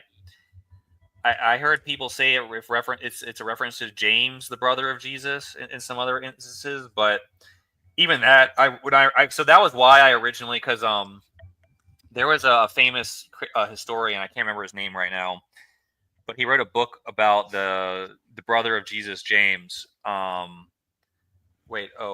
And he that was Pseudo-Silas. Sorry about that. I'm not glad you joined us, Pseudo-Silas. But in that one, he claims that the Zadik teacher of righteousness Dead Sea Scroll document is talking about James, the brother of Jesus. And I went. I think it was Heiserman or something like that. Robert Heiser. I can't remember his name, but so at that time I went in and I was like, oh, that would be really interesting if James, the brother of Jesus, was mentioned in the Dead Sea Scrolls. So I ran and read that document, and what I came away with is that there's no basis for that claim. The teacher of righteousness is a very generic figure. That, like you said, there is has a no figure name. they're talking about that they revere him, and they all follow him, and they have moved out to the middle of nowhere basically to follow this guy. And my thing is, if you just read the Gospels and look at what Jesus is doing, he's traveling around the wilderness. He doesn't live anywhere, and he's got a following, a big crowd that follows him. It's similar, but there's, like you said, it's loose at best. Yeah, very loose. And I think with the dating, I think that the Dead Sea Scroll, that particular document, can be dated probably well into the BC time. I think the Dead Sea Scrolls is from the time before Jesus. And again, we're asking when we date Jesus is the whole question, but I just don't think that there's enough alignment with things that we can date for to say that the Dead Sea Scrolls can possibly reference Jesus. Again, I'm willing to be proven wrong by someone who has more facts on their side than what I'm saying. Yeah, it is interesting. It's very interesting. I'm not saying you're definitely wrong at all. I'm just saying that based on my own research, and again, like you said, I haven't looked at it in a little bit, but I remember thinking people were making these claims, and also doing my own research, thinking that it's very not substantial. But yeah, I think that the idea that Jesus was a real person. Now, I'm not going to sit here and say I know for a fact that he walked on water and was born of a virgin, all that, or that he was even the Son of God or anything like that. The claims about Jesus, the miraculous claims. But I think the fact that somebody named Jesus Christ, who basically had apostles who were sent all over the world to spread his message of salvation, like, I really believe that is a very solid fact of history. Robert Eisenman, apparently. Thank you. James, the brother of Jesus. Yeah, I wouldn't. What makes you think I wouldn't that? disagree. I think that I do disagree. him being everything you just said doesn't really make him that much more special than most like religious movement leaders. That's my problem.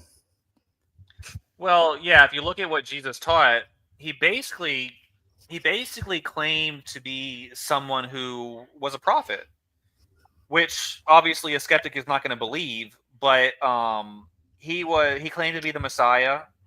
He claims in my opinion, Jesus was a human being. He wasn't like God in the flesh or anything. That was absolutely something that was created later. That is mythology that was created by the early church. But when you look at Jesus' own words, he's basically just like, I'm the Messiah, which, could be the case. And I am speaking the truth that God has given me. And, I don't, as a theist, I'm willing to look at his claims at face value there. And in any case, even if he's lying, even if he's crazy, I think the evidence that he was a person who did make these claims is pretty solid based on the evidence. Because there's enough claims in the Gospels for me that make no sense or seem contradictory. That if this stuff was made up, the people making it up were idiots. That's not how I would have went about, forging this. That's actually an argument against mythicism that most Christians don't want to employ, which is that, if you're gonna make something up, don't change the story and get the details wrong. Try to make it watertight. Don't change the number of angels at the tomb and stuff like that. But well, I don't think they were working together. I think they were competing. You think that? Well, you think all of the gospel writers were competing against each other? Well, not Mark. I mean, maybe Mark. If there's this Q source or whatever, maybe Mark was either just maybe competing or maybe just drawing from Q. But Matthew and Luke are definitely competing with Mark, in my opinion. And Luke is competing with Matthew. I wouldn't necessarily competing is the right word. I would say that if there are significant differences, it's maybe differences in sources, perhaps. I don't know, but it almost seems like Luke calls Matthew like a liar, basically, because when Luke starts his gospel, he says, "There's been those who attempted to do this before me, but I'm going to do it right." And then the first story is the virgin birth story, and it's completely different than Matthew. It's basically saying, I read an account and it was dead wrong, and he just told a new story.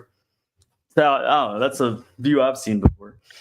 I don't. We just read the beginning of the Gospel of Luke, and we can look at it again. I really don't. I didn't take that away from it. What I got from it, and I'm willing to look at it from your perspective because I haven't thought about that, is that there were a number of people who had written before Luke, and he is basically going through and compiling their work, but also compiling it. It's what he's written. He's writing. The way I've always taken that verse is to mean like. Do you think Luke had Matthew's document in front of him? Oh yeah, I think he does. He knew about Matthew's story and just chose to change it completely. That's what I'm saying. Well, let's just look at what he said. Inasmuch as many have undertaken to compile an account of things accomplished among us, just as they were handed down to us by those who from the beginning were eyewitnesses and servants of the world, it seemed fitting for me as well, having investigated everything carefully from the beginning, to write it out for you in consecutive order, most excellent Theophilus, so that you may know the exact truth about things you have been taught. So, to me, it seems to me like what Luke is saying is that, there were eyewitnesses, and Luke is compiling their writings and ordering it, perhaps.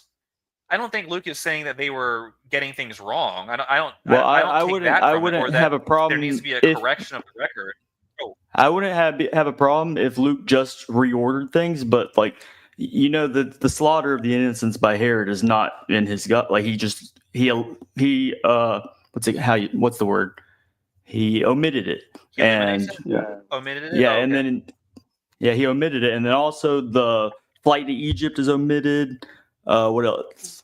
There's quite a bit in Matthew's story that's omitted. So if he has Matthew's document, he didn't reorder it.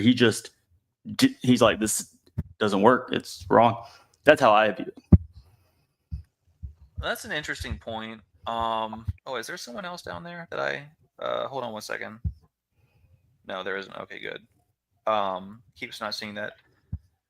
Now we have to ask, if this is a good point. Okay, if Luke has Matthew in front of him, then why does he seem to not include some of the information that Matthew? I mean, why would motivate Luke to get rid of the infinite death narrative from Matthew like that? So what would be the motivation for just leaving that out? I don't. Oh well, if you're asking me, I don't think Luke had Matthew. That's what I've never thought that. That's why I asked you, and if that's the case, that's my argument. I think I think Matthew had Mark, and I think Luke had Mark, but I don't think they had each other. It makes no sense to me.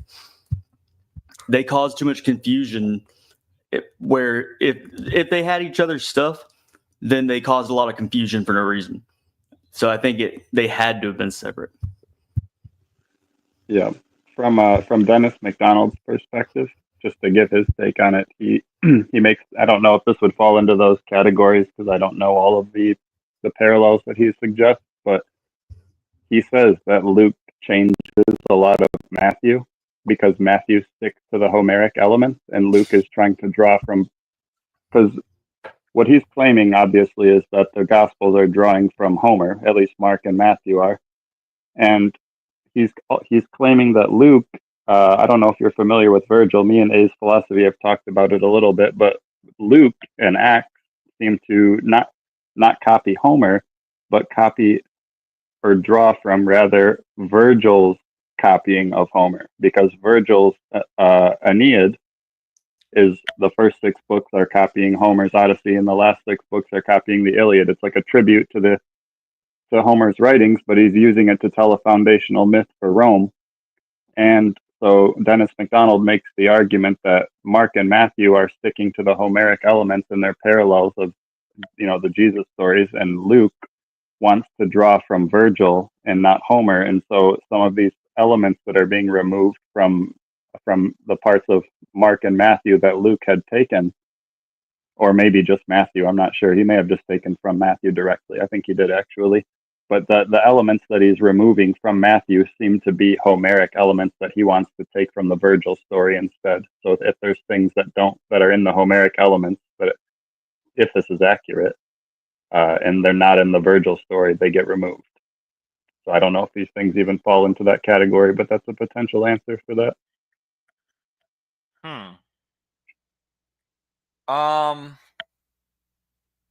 Well, I honestly, I would have to first confirm, and I'm not saying that it's wrong. I'm just saying I haven't been able to verify that Luke has these parallels with Virgil's Aeneid. Oh yeah, he definitely does. I can give you some right now, actually, if you like. Okay, yeah, let's hear. Where did Luke copy from or parallel or mimic the Aeneid? So some examples, and I've only documented a very small amount from a little bit of discussion from Dennis. I need to put more time in, but one example or some examples from Luke and Virgil that are parallels. They both list a genealogy of the hero. They both trace the hero's lineage back to the highest god. They both include a divine entity giving a prophecy about a son of a god being born. They both include a divine entity telling shepherds that the divine son will bring about a new people and a kingdom that will never end.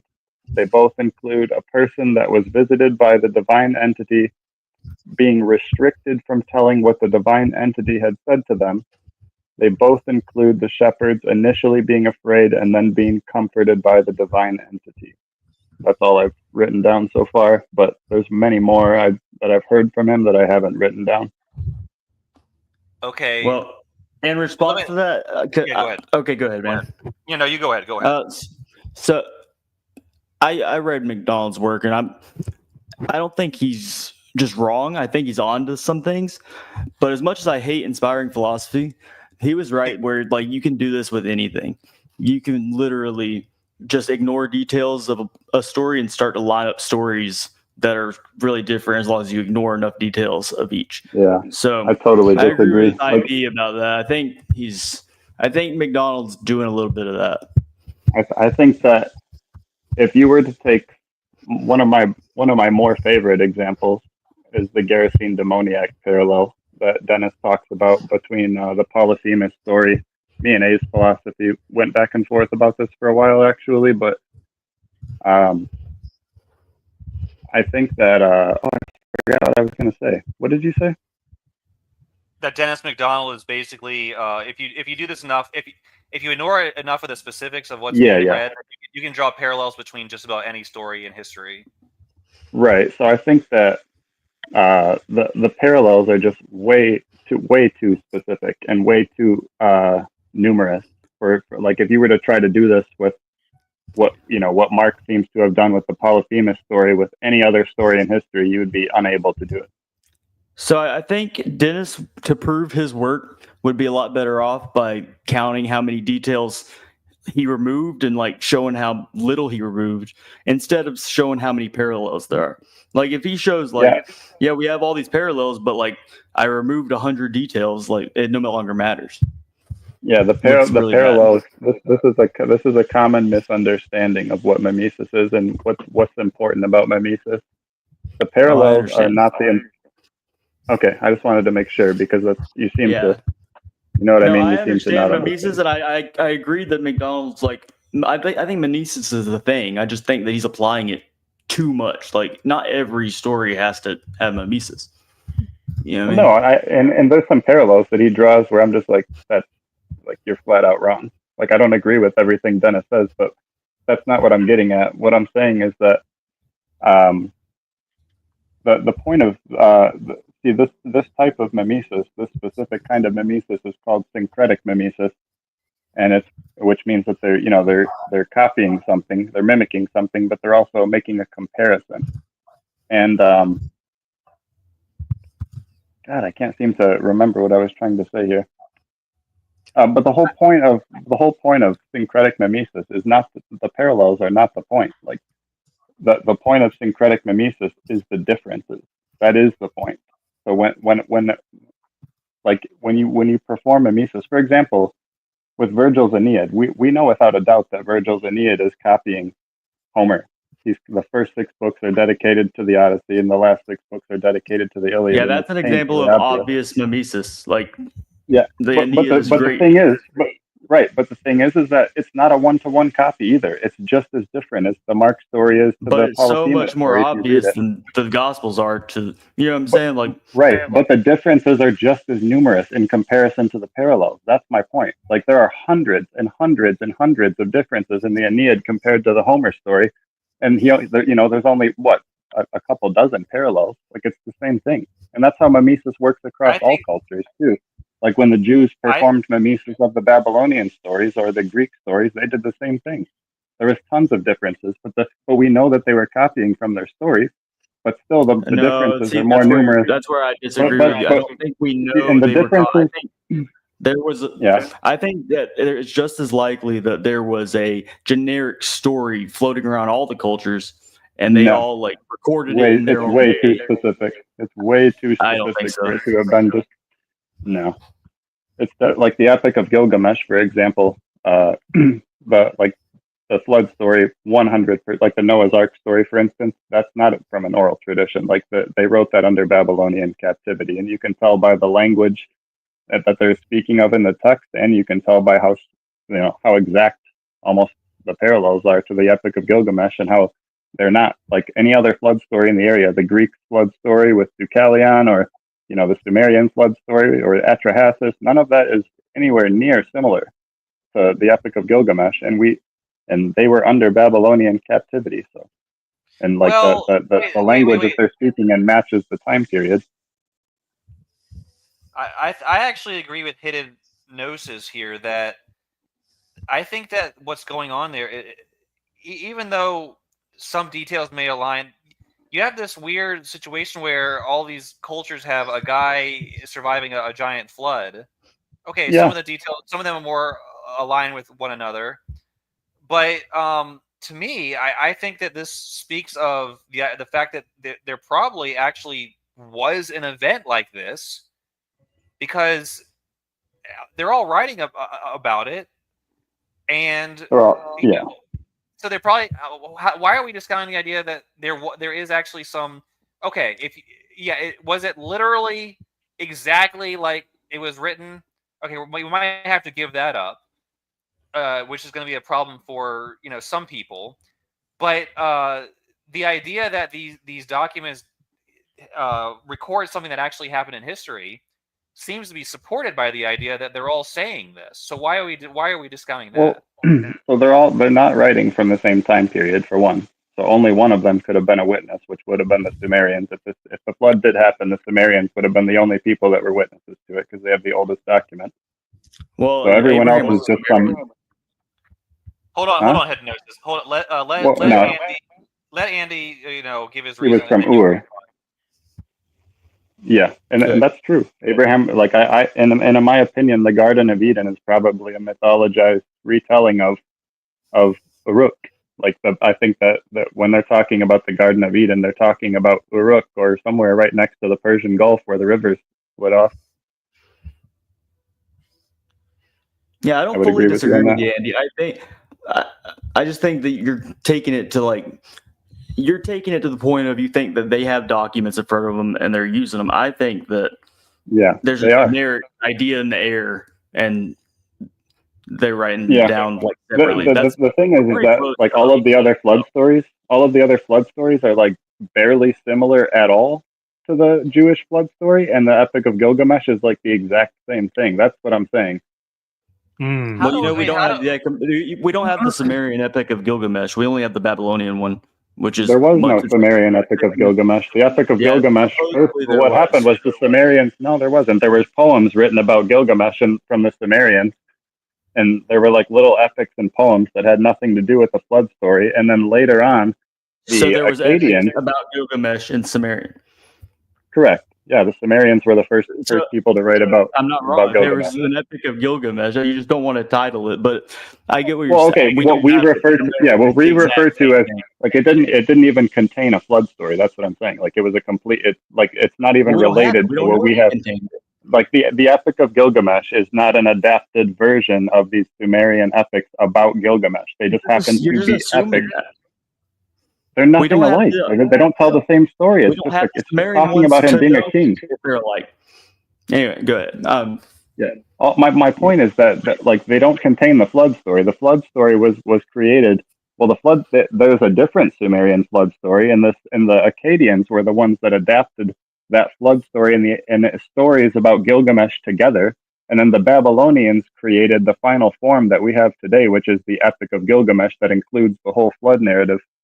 But before that, there was nothing even similar. And the details from the Epic of Gilgamesh and the Jewish flood story are extremely striking.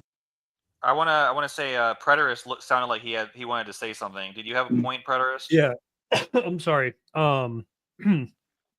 A's. I'm actually in the middle of I guess we could call it the preliminary work, the groundwork of writing a book. And my book is actually going to be all on covenant creation and how Genesis chapter 1 through 3 is not about physical creation. It's actually about covenantal creation. Have you ever heard about that? Or what is this? Well, if I want you to tie it to the discussion at hand, does this have a tie-in to what we've already discussed, or because? Yeah, I mean, that's yeah. What? So we're talking about because I kind of want to dig into this because to me, I think that the skeptical view on the flood is, if anyone's true, I think hidden gnosis is true. But I think that these things actually happened, and I agree. I think there was a flood. Me too. That well, it wasn't. I think you think it was like a localized flood. I think that there was a giant flood that basically flooded the entire world, and okay, maybe it wasn't one guy with his 8 family members, but I think a very small number of people survived it, and that is recorded in the Bible, and that it's basically true, even if it's not perfectly true.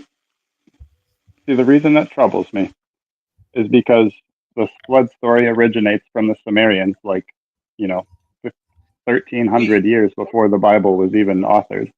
Well, you have to prove you. All right. First of all, let me respond to that. Mm-hmm. Even if okay, the Bible itself, this text that became part of the Old Testament.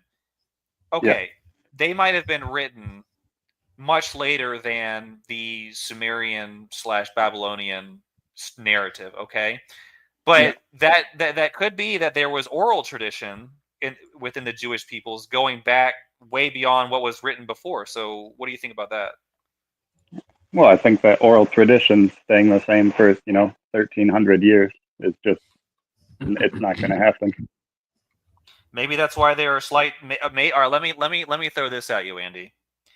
Maybe the original version of this narrative was like the Noah story, but the Sumerians / Babylonians were the first one to write it down. So they were actually the ones who copied the Jews or the Canaanite, Palestinian, whatever you want to call them, that area. So the first people to have this narrative were the Jews, if we can use that term. And then, but it was orally transmitted, and it was simply written down first by the Sumerians. So what do you think about that? Is that possible within your viewpoint?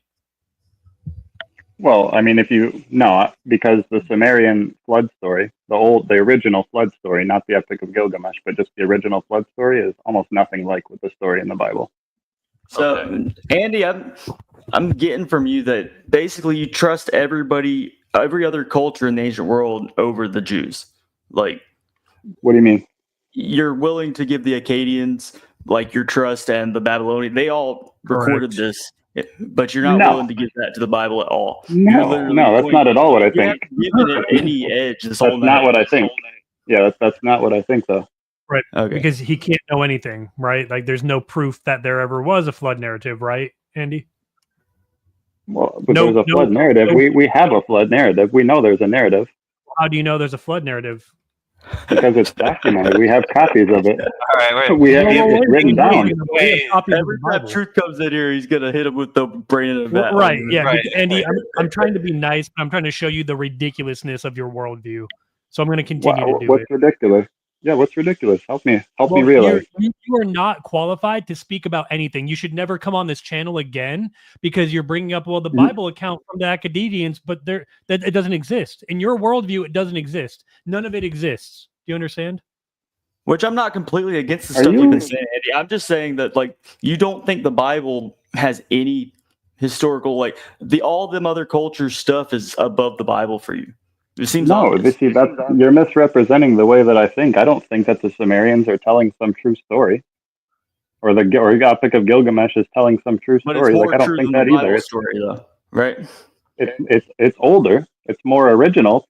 Like, but as far as it's all in my opinion, it's all exactly, because, and the only reason I think that is because of the oldest pieces of the Bible that we have, or like the oldest indication literarily in the Bible seems to date back to like 1000 AD, and we know that these clay tablets from the Sumerians date back to 1300. So it's like if we find Bible fragments that date back to 2300 BCE or something, then my view will flip immediately. But I have no reason to think that the Jewish stories are older than the Sumerian stories. Yeah, but can you prove that the Sumerian stories are older? Andy? Can you prove it? Do you know it? Well, that is a good question. That is a good question. Can you prove? Yeah, I was going to say, I'm a skeptic when it comes to these Sumerian tablets, because the way the process of how they found the Sumerian code for their language. I can't remember what that term is, but like how that all went down, I'm skeptical of if they got all that right, because they're using Akkadian to try to figure out how to read Sumerian. I'm not going to go to college enough to know for a fact if it's true. I don't really believe them that we have those Sumerian tablets translated correctly, if at all. Yeah. Right. And to even add on the point, Andy, for you to be able to say, well, they wrote these things before then, in the way that your worldview works is if you weren't there, it never happened. So were you there when they wrote these texts? Why are you telling me things that I don't? You're saying things about me that I don't believe. Andy, this is what you believe, whether you know it or not. It doesn't. You don't know what I believe. You have no clue what I believe, obviously. Because I have the authority by Christ Jesus to call you out on how wrong you are. This is what you believe. You're welcome to. Or not, but this is your worldview. Are you a brain in a vat, Andy? No, I'm not. All right, preterist. You know that. Honestly, I know that. He did. You cannot know that 100%. Yes, right? I can. Well, I don't need 100% Oh, now certainty. we can know things 100%. Okay, A's, this is good. We're making progress. We can know things 100%. Okay. No, no, it's not what I said. That's literally not what I said. I said Okay, we so we do can't. not need 100% certainty to know something. Well, wait a second though. If you end up being wrong, did you know what you didn't know? And in the This is future, why you would after you found out. Wait, all right, let me turn this back on you, Preterist. Are there things that you know with 100% certainty? Absolutely. What are they? That the accounts of the Bible actually happened in Yeah, history. you see what I mean? You see what I mean? Wait, whoa. Yeah. All right, I'm gonna give him a chance to defend that perspective. Now, Yeah. how do you know with one? So, let me ask this: do you know with 100% certainty that you're not a brain in a vat, Preterist? Yep. Okay. Yeah. So, I and you see, that's know the thing. I can be solidly grounded in knowing something 100%. how can Me you be too. solidly grounded? I want no. Let him.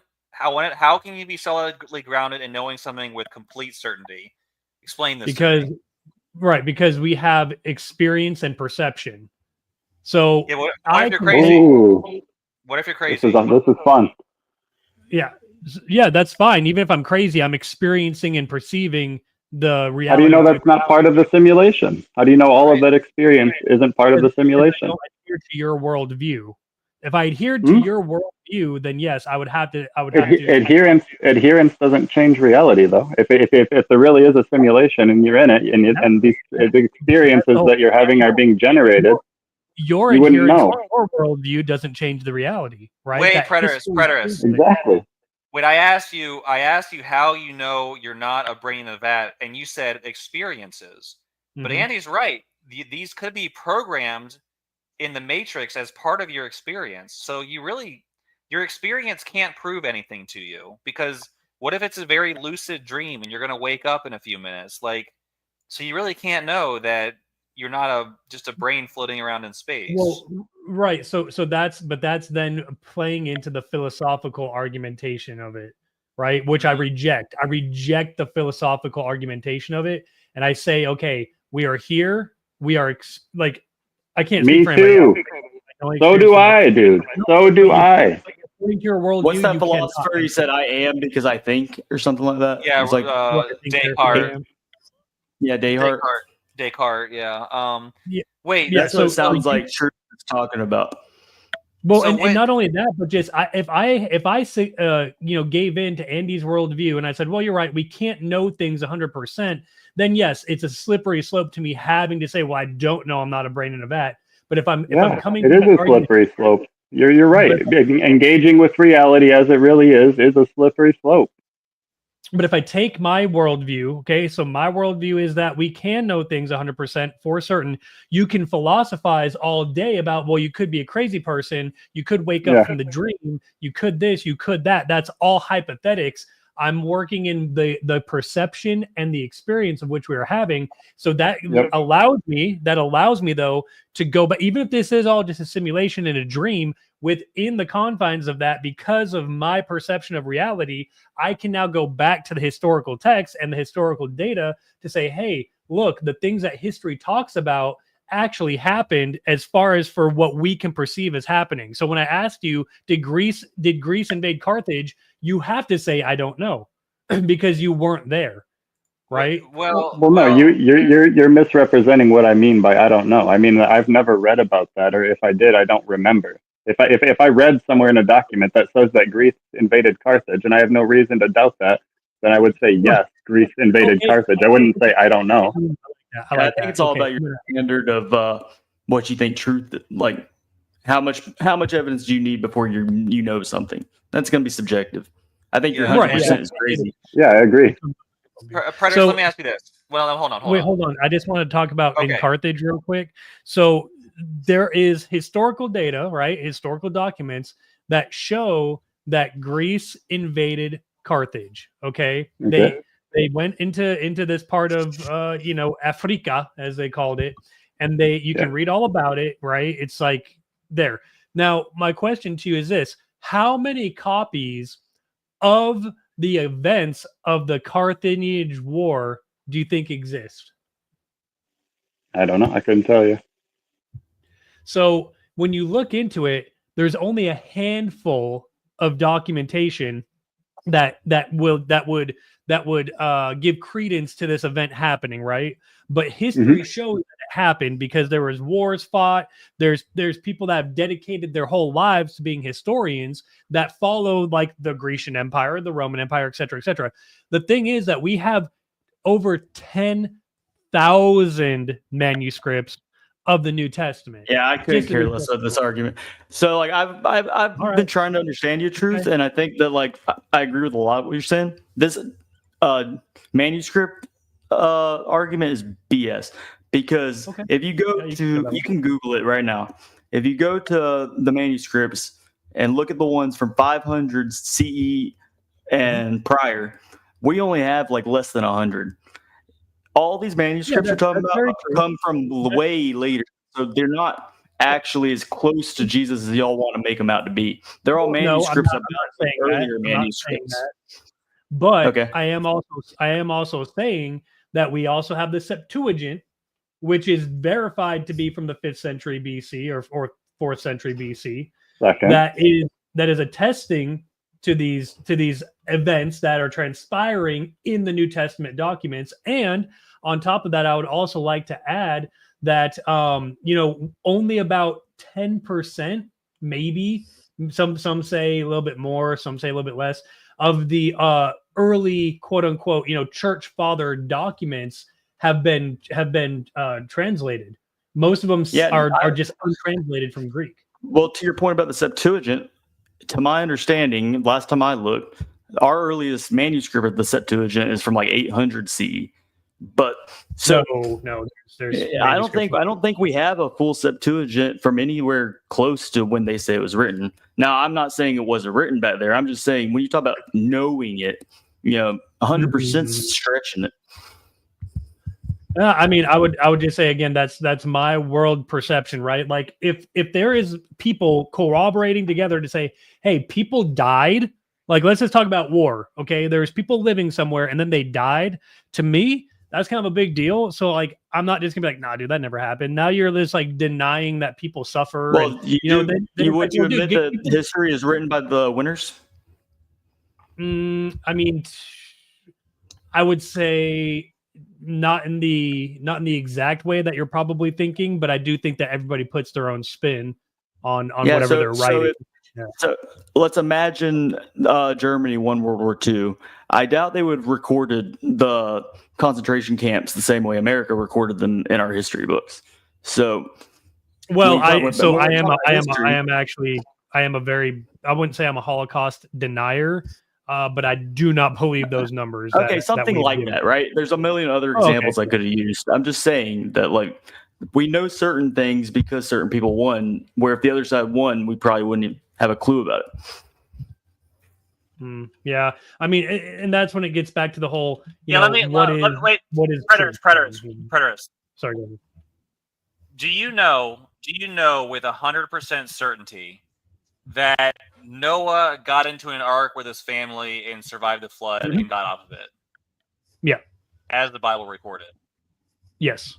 You know what can't be your experience. 100%. So how would you know that? Because I've read the Testament. How do you know with 100%? Believe the words. Okay, so why do you? So do you know with 100% certainty that? Yeah. Wait. So let me ask. Why do you? You're mixing know and believe. Wait, but there's a testimony. There's a testament of the guy in Gilgamesh doing that. Do you believe that with 100% certainty? No, I don't. Well, now you're sounding. But the reason why there's a testimony of it. So right. But the reason why is because go ahead. Excuse me. The reason why is because that fragment of that Gilgamesh epic is not embedded with the rest of the words that I read in the Bible that have the historic precedent to back it up.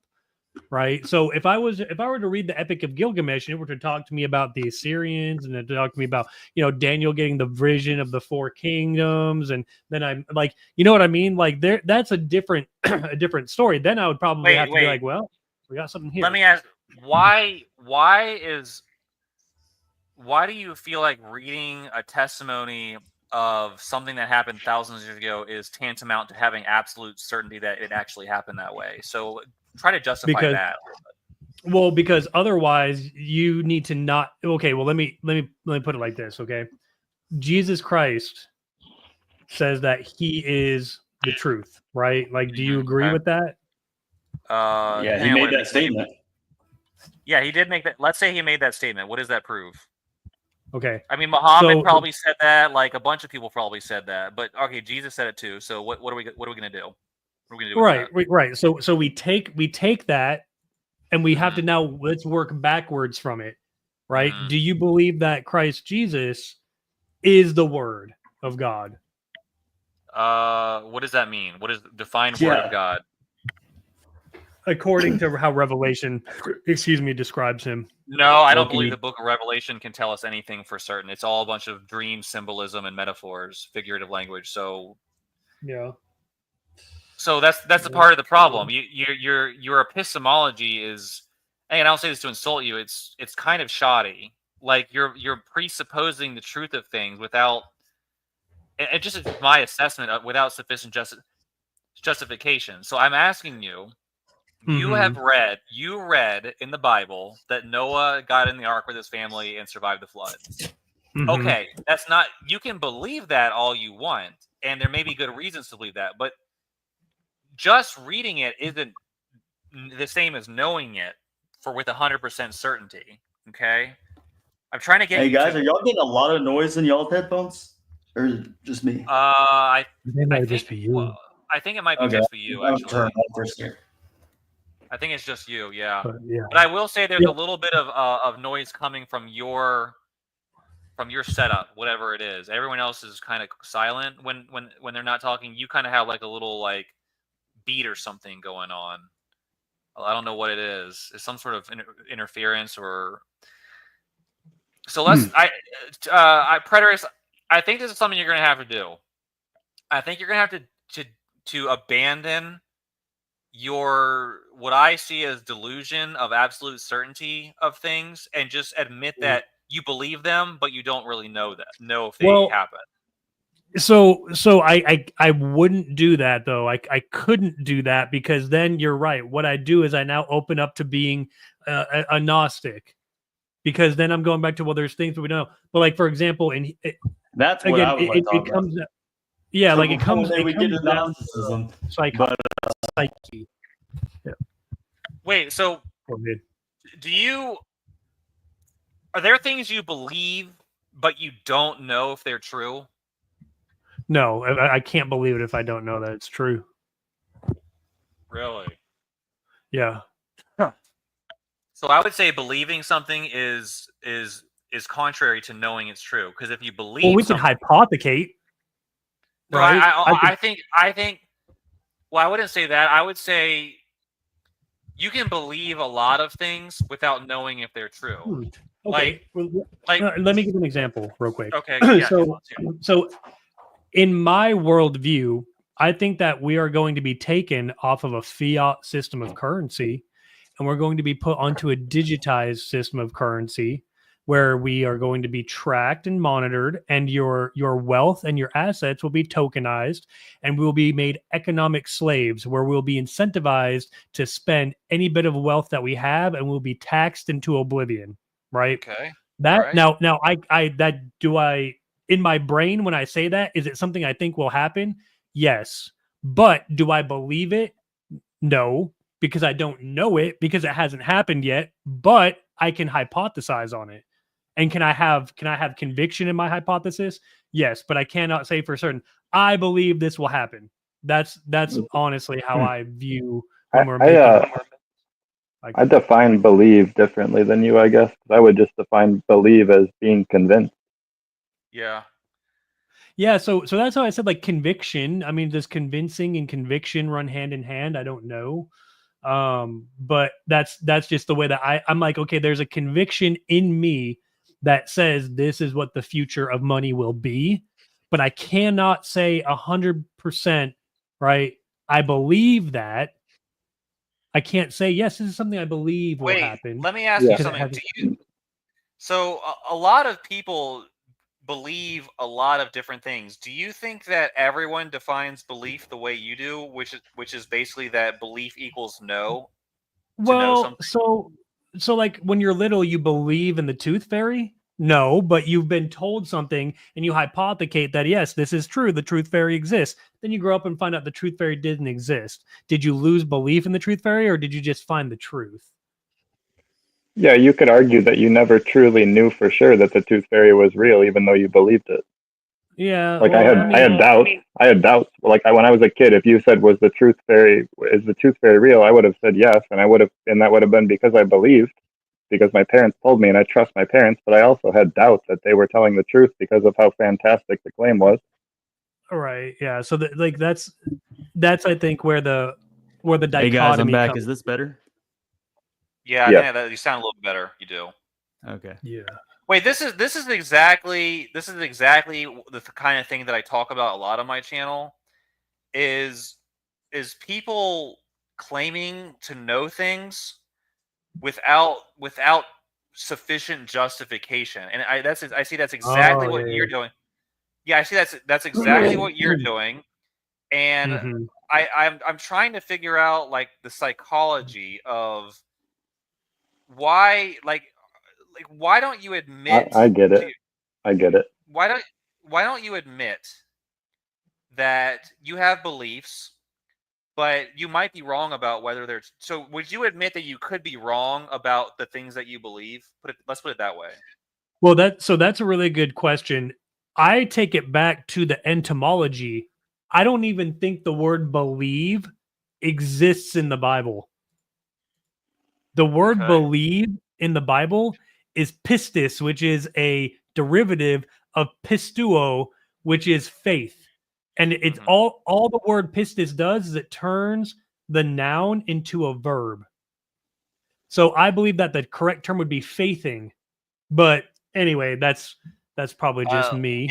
Yeah, you didn't answer my question though. Are there things you believe but you acknowledge you might be wrong about them?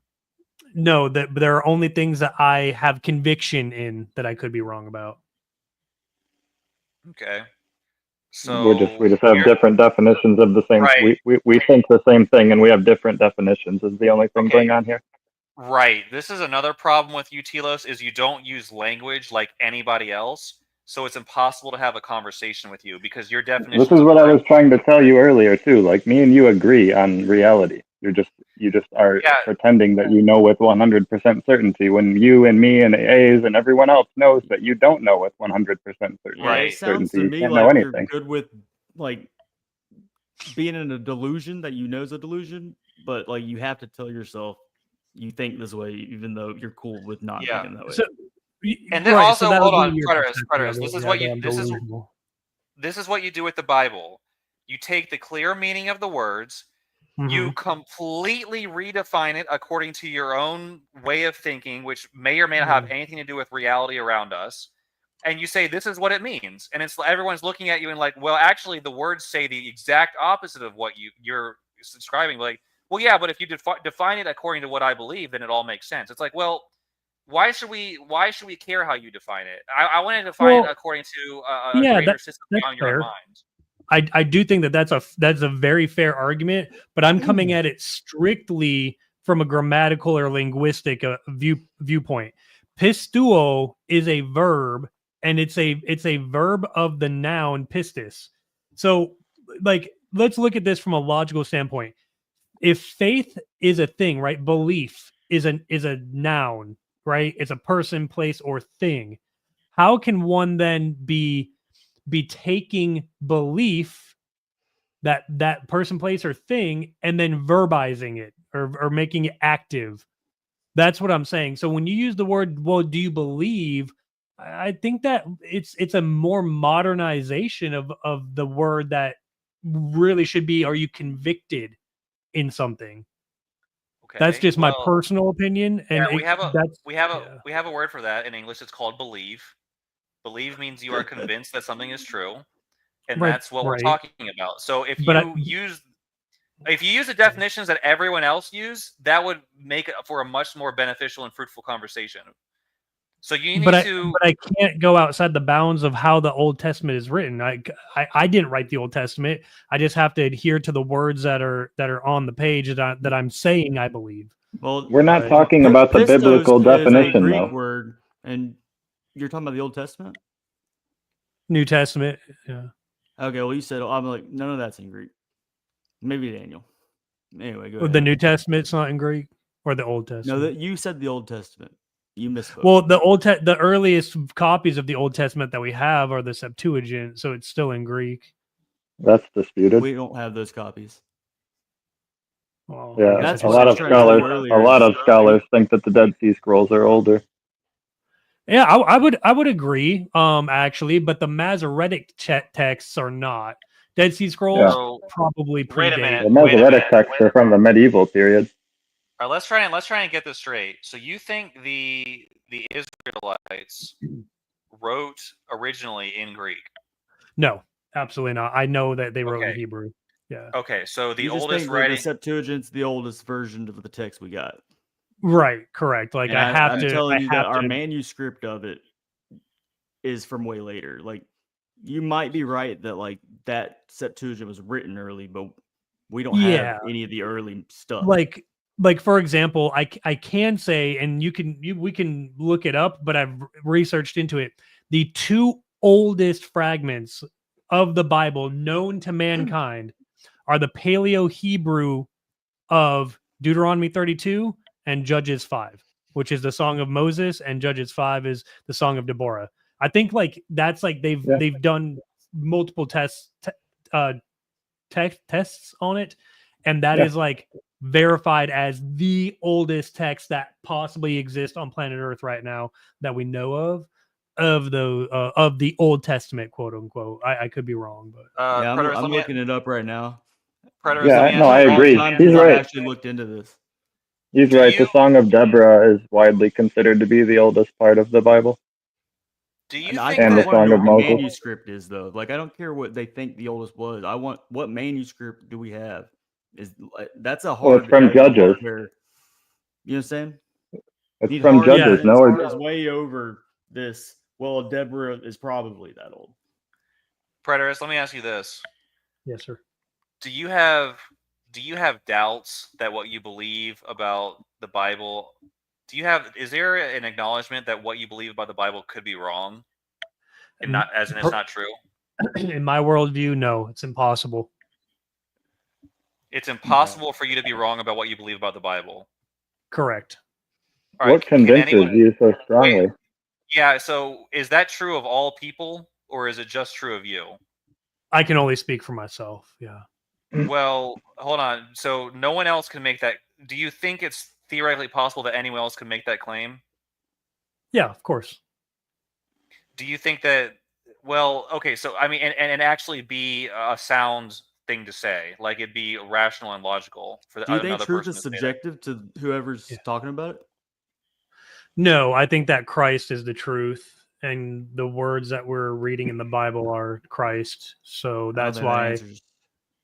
Well, Wait, that's so what. But you're asking, is it subjective? I'm saying no, because I'm just the creation, right? I'm saying the Creator is the truth, and so that's not subjective. But Yeah, you have a Jesus you have didn't a tell you human anything mind, about World War One. Like, right? And how are you and you're a going to human. determine stuff You're a, about that? you're a human being. You have a fallible mind. You are capable of making mistakes. You're capable of Mhm. believing. You're capable of thinking things are true that are not true. Okay. So why is it suddenly impossible for you to think anything wrong when it comes to the matter of the Bible and things like that? Well, that's where the distinction comes from, my conviction and my belief. So I can be convicted of things that absolutely I am wrong on. Like there's no doubt Right. about that. Now, my belief in the Bible, I can't be wrong on my belief in the Bible because it's my belief. How I'm not going to sit there and say, you know what, I'm wrong for my belief on the Bible. All right. Right? Well, let's Like, go this way. All right. Is there anything you're convicted of about the Bible that could potentially be wrong? Yeah, Okay. absolutely. All right. Yeah. Good. So Yeah, and this could, would just come down to my interpretation of the words or how I'm trying to fit it into, you know what I is mean? it? Like Now that. you're just Yeah. playing a semantic game with us. I think we Yeah. agree with you, man. You're No, just no, leading us I'm down being this dead long serious. rabbit trail of words before we can get to the point. No, I'm being dead serious. Like I can. It's not okay. Look, it's not the fault of the text if I read the words on the text and I've got it wrong. You know what I mean? Like that's a me problem, not What a if not a what if the the entire word. what if the text is wrong? Is it possible the text is wrong? So my belief is that no, it is not, and so that's what I'm grounded in. My beliefs, Wait, my wait. thinking. In the, So what? So you think that what is it that you convinces you to think that the text is incapable of being wrong? oh, perfect. Thank you for asking that because I read the words of Paul, who again historians by and large agree that his epistles were written prior to AD 70, and I Hmm. look at what happened in AD 70, and I'm now saying, and now I'm faced with a theological conundrum. Do I say, wow, Paul sure was just a good guesser, or do I now go back and look at what Paul was referencing from thousands of years before Paul existed, or at least 1500 years or whatever, and now I'm like, okay, it's kind of like being an evolutionist, right? Or somebody who believes in the Big Bang theory. It's like, okay, where did the first two particles come from? Well, they came from a previous galaxy. Well, where did those particles come from? Well, Well, and hold then it on. just goes ad infinitum, right? Here's the problem. Here's the problem with that. There's a Mhm. lot more in the Bible besides prophecies about the destruction of the temple. Okay. Yeah, see, so I don't agree with that necessarily. Okay. So we can. I mean, do you think That's that wild, man. like? I think I'd like to have like a longer. I've never like talked to what are y'all called A about full everything ended preterist, in 70? A full predators. full Never preterist, really yes. talked to one like and got deep into what they think. It's wild. So Yeah. you think the All entire right. Bible So is leading to that event? wait, Mhm. not only leading to it, but talking about it. So you Yep. think that okay, so that the reason that nothing in the Bible can be wrong is because Paul correctly predicted the destruction of the temple based on prophecies in the Old Testament. Am I getting you right The there? the very first word, Bereshit. Yes, sir. So it's when Paul was living and Julius Caesar was having all the problems with the Jews, and then the Mhm. next emperor after him followed. Like you're telling me they couldn't look at the political situation and assume this is a good guess. They might Right. See, come and kick our ass. so that's where I say I now reach a theological conundrum. I could, right? I could have a conviction that, man, Paul was just like really lucky. He was like talking about this judgment coming Well, soon one on one that sec. That's people. me. I'm granting you that he is saying that. I don't want to grant that though. Like that's I think I don't Yeah. know of any passages where Paul seems like he's talking about this destruction. I'd love to see what you're saying that's so Yeah, obvious about it. it's in All every right, single one of Paul's epistles. let me ask you this. All right, I'm just entertaining. Obviously, excuse me, I'm not agreeing with a lot of what you're saying. I'm just trying to figure out now in the book of in Numbers, chapter 1, verse 21. It says the number of the men of the tribe of Reuben were 46,500. Okay, and Mhm. according to the NASB. Is it possible that that is incorrect? And then it was some other number of people. Ooh, yeah. So that is a really, really good question because we get to Nehemiah and Ezra, Mm-hmm. who have two different accounts of the census. Mm-hmm. Yeah. So that's a really good question.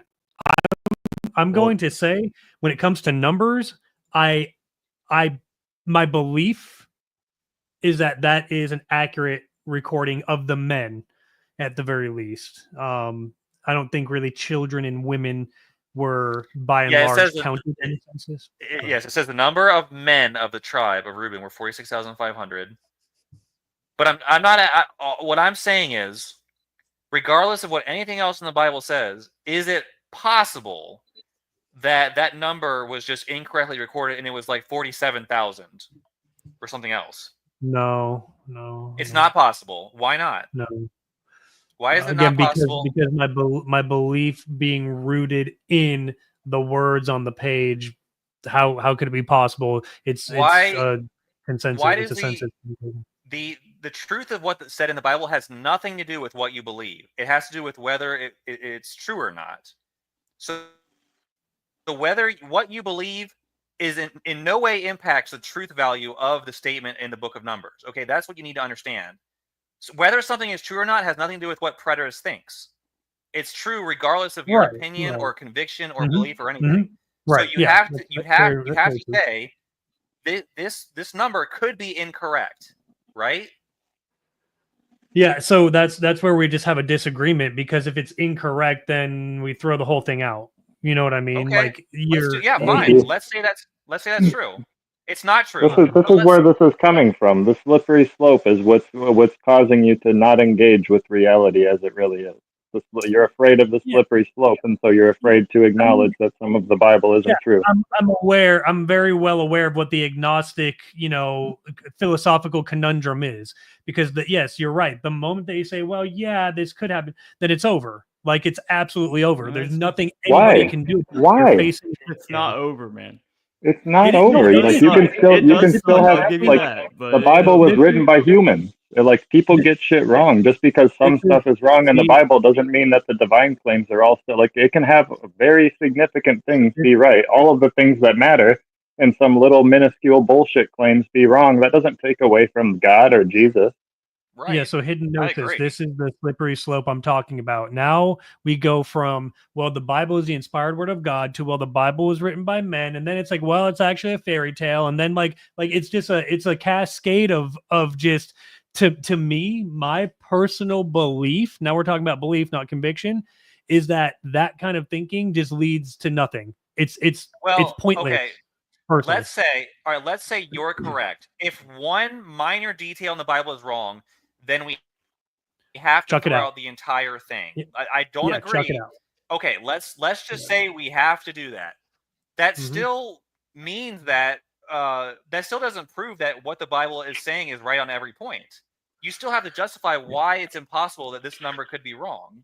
This number could theoretically be wrong. Okay, so why should someone believe that there's no chance that this number is incorrect in Numbers chapter 1? Because that is what makes them a believer, quote unquote, or someone who is faithing. Otherwise, we just have convictions. So you can be convicted in the Bible. I kind of understand truth here, because he's saying that his faith is dependent upon everything being true. If he can't question one thing, because it would immediately make him question everything. Destroy. I think I'm when I was a Christian, I never saw the Bible this way. So this is kind of new. Me neither. Like I knew from a young age that there were parts of the Bible that were not true, and it never affected my faith at all. Christianity, it took me a long time, because I did it piece by piece by piece. I wish it had happened in one day, like what you're talking about. It'd been a lot easier. See, for me, all that is secondary, actually, to the logical principle that we have to entertain the idea that something in the Bible could theoretically be wrong. Not that it is wrong, but I think the intellectually honest thing to do is to say, maybe it's right, maybe it's wrong. To entertain that would be detrimental. Right. So that's why I'd make a distinction between belief and conviction. So to have a hypothetically, right, that means you're convicted of something. That's why I talked about the CBDCs. It's a hypothesis. I'm convicted in it, but do I believe it? No, because it needs to happen. Then I'll be able to say, look, okay, now I believe it because it happened. Right. Yeah. I'm with you, man. I think it's crazy, but I totally get you. Yeah. I think the intellectually honest thing to do is to abandon your emotions. Well, let me share my screen real fast before. Hold on. What's interesting? Because I would actually say it's not emotional at all. It's just a very logical. And at least I'm being honest with you, right? I could be dancing around the issue, but this is what I wrote. If you could just replace conviction with belief and replace believe with knowing, it would make this whole thing a lot easier on all of us. because Yeah, you're but I so would say confusing. belief I'm and trying to knowing is the same decode thing. what you're saying. But I would say This is belief and knowing is the same thing. so. This is what I wrote before anyone was brought up into the panel. I think it would be good for us to read this, and especially for preterists to think about what's being said. It's called Truthianity. It's a new religion I'm trying to promote. Seek truth Oh God. free of any preconceived system. Uh-huh. Don't develop emotional attachments to any belief or system of beliefs. Okay. Emotions cloud reason. Simply search for truth objectively wherever it may be found.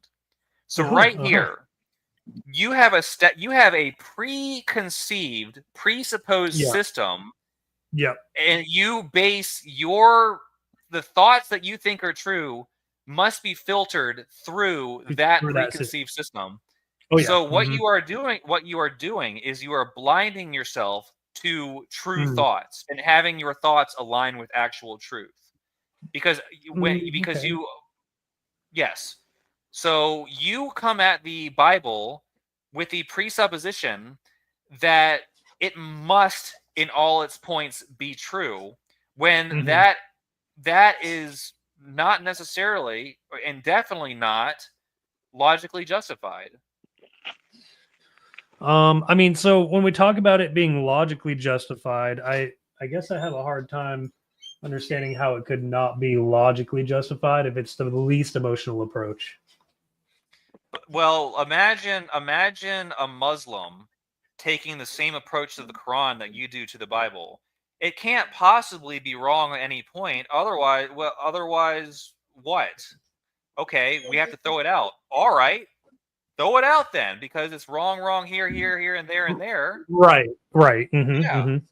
So, but just because the Muslim who believe or thinks that everything in the Quran must be true, or else you have to throw the whole Quran out, doesn't mean the Quran is true in every single point. It has a lot of fault. So that's where you are. You are someone who is existing within your own, bubble of belief, ideas, and thoughts that you think are true, and there's no way to actually get you to the real truth, which is beyond that bubble you've established for yourself.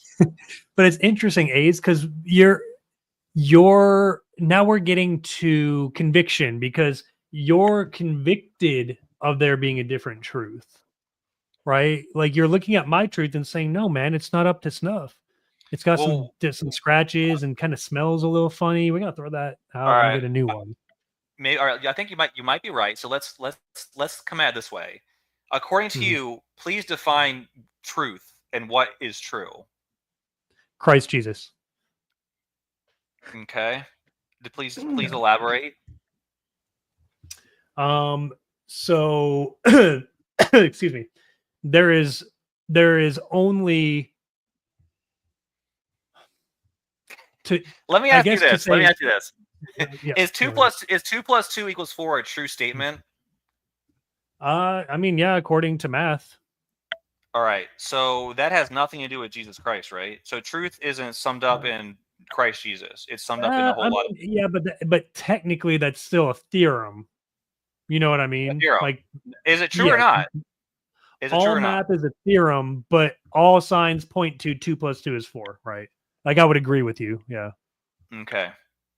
All right, but so we can be in agreement on things regardless, that mathematical truth has nothing to do with Christ Jesus. Okay. So you can't define truth in its totality. Yeah. So that's what I want to let you know. Like, your definition of truth is very limited. It's perhaps only limited to a subset of all knowledge. All right. We could argue that, though, because I could then say that mathematics is part of Christ Jesus, because it's part of what the Old Testament and New Testament operated on with gematria. You have to make the case. All right. So that it is true that for mathematics to be true, Christ Jesus has to exist, or it has to be the truth. Yeah, exactly. Yeah, he had to have made mathematics to be true in the way you're talking about. Right. Yeah, and then again, he's circling everything that you say back to Jesus, because Jesus created everything. Well, and just because we have gematria or isosophy in the the known language. So, I mean, Hmm. some people would say that that's not real. Some people would say it is real. At the very least, it's a known thing. Even the Sumerians had So you're some saying form that of it. some people are wrong and some people are right. Yeah, but I mean, we're talking about the truth. So I would circle it back to like, again, So, Christ Jesus what is do the you- I'm so truth. confused. Yeah, so Christ Jesus is the truth, but is the truth always and in all cases Christ Jesus? Yeah, it would have It to is. be. Mhm. Oh. But what Yeah, if I mean, like otherwise, there so like what is the Earth being the third planet from the sun have to do with Jesus? Like, let's just assume that's true. Like, there are things that are true that nevertheless Mhm. have nothing to do with Christ Jesus. So how do you figure that into your but definition? it was created through him and placed in place with him. Well, you like, don't by know him. that. You don't know that. You don't know that. But again, that's my belief. You can believe it all you You want. know what So I mean? yeah. So your definition of truth is Christ Jesus. Well, that's not. You can define truth that way, but that's not what truth actually is. Truth is actually what corresponds to reality. And there are a lot of aspects of reality that have nothing to do with Jesus Christ. There's the solar systems, the planets, the galaxies. There's chemistry. There's mathematics. All kinds of things. So your definition of truth is a huge problem in this whole scheme. So you need to think about what truth actually is, because that's probably the foundation of why you have all these issues with what you believe. I mean, I still see it as being coherent because I know, for example, I'm touching my keyboard and it's made out of plastic, and those polymers were always in existence. It's just that somebody found out how to make them at a certain point in time, and I know that those polymers and those molecules came from Christ Jesus. That's No, you don't know my that. belief. You don't know that. You don't know that. That's my You that's don't my know. You belief. don't. Yeah, and someone could say, well, I know all the keyboard materials came from Buddha because Buddha created them in the beginning of eternity. Yeah. So Right, and that's cool. So then what I would do is I'd say, okay, so now it's your belief against my belief. Let's stack our texts up against one another and see who wins. well, how about just And then compare you them find to out that neither one right? has good enough evidence, though, is the And thing. what if they're Not both? even close. What if they're both wrong? Right, as Andy said, they might both Yeah, be wrong. so then we go back to, okay, so I'm looking at Paul who da da da da da 80 70 da da da da da. Okay, now I'm faced with a theological conundrum. Do I think Paul was a really good guesser, or do I, you know what I mean? This is where it's all coming back down Right. to like, Do you think he was a good guesser, or do you think he wrote after the fact? no, that's not the That's just theological not conundrum. possible. That's just not Right. possible, right? It's either was he a good guesser, or did he know, because Christ Jesus is the truth, that the judgment was coming, the resurrection was coming, and Wait, the destruction of what? the temple. Where does Paul talk about the destruction of the temple? Which verse is it? And which Yeah, that's is why. it? Oh, okay. Show us this. Yeah. Do you guys have a lot of time? I really No, hope it's just, well, obvious. like, yeah, let's give the best verse that Paul talks about the destruction of the temple in the most obvious and clear sense. Just one. Okay. My Just one. best verse probably gonna be Thessalonians. Should we Which do one? probably First Thessalonians? Okay, First Thessalonians.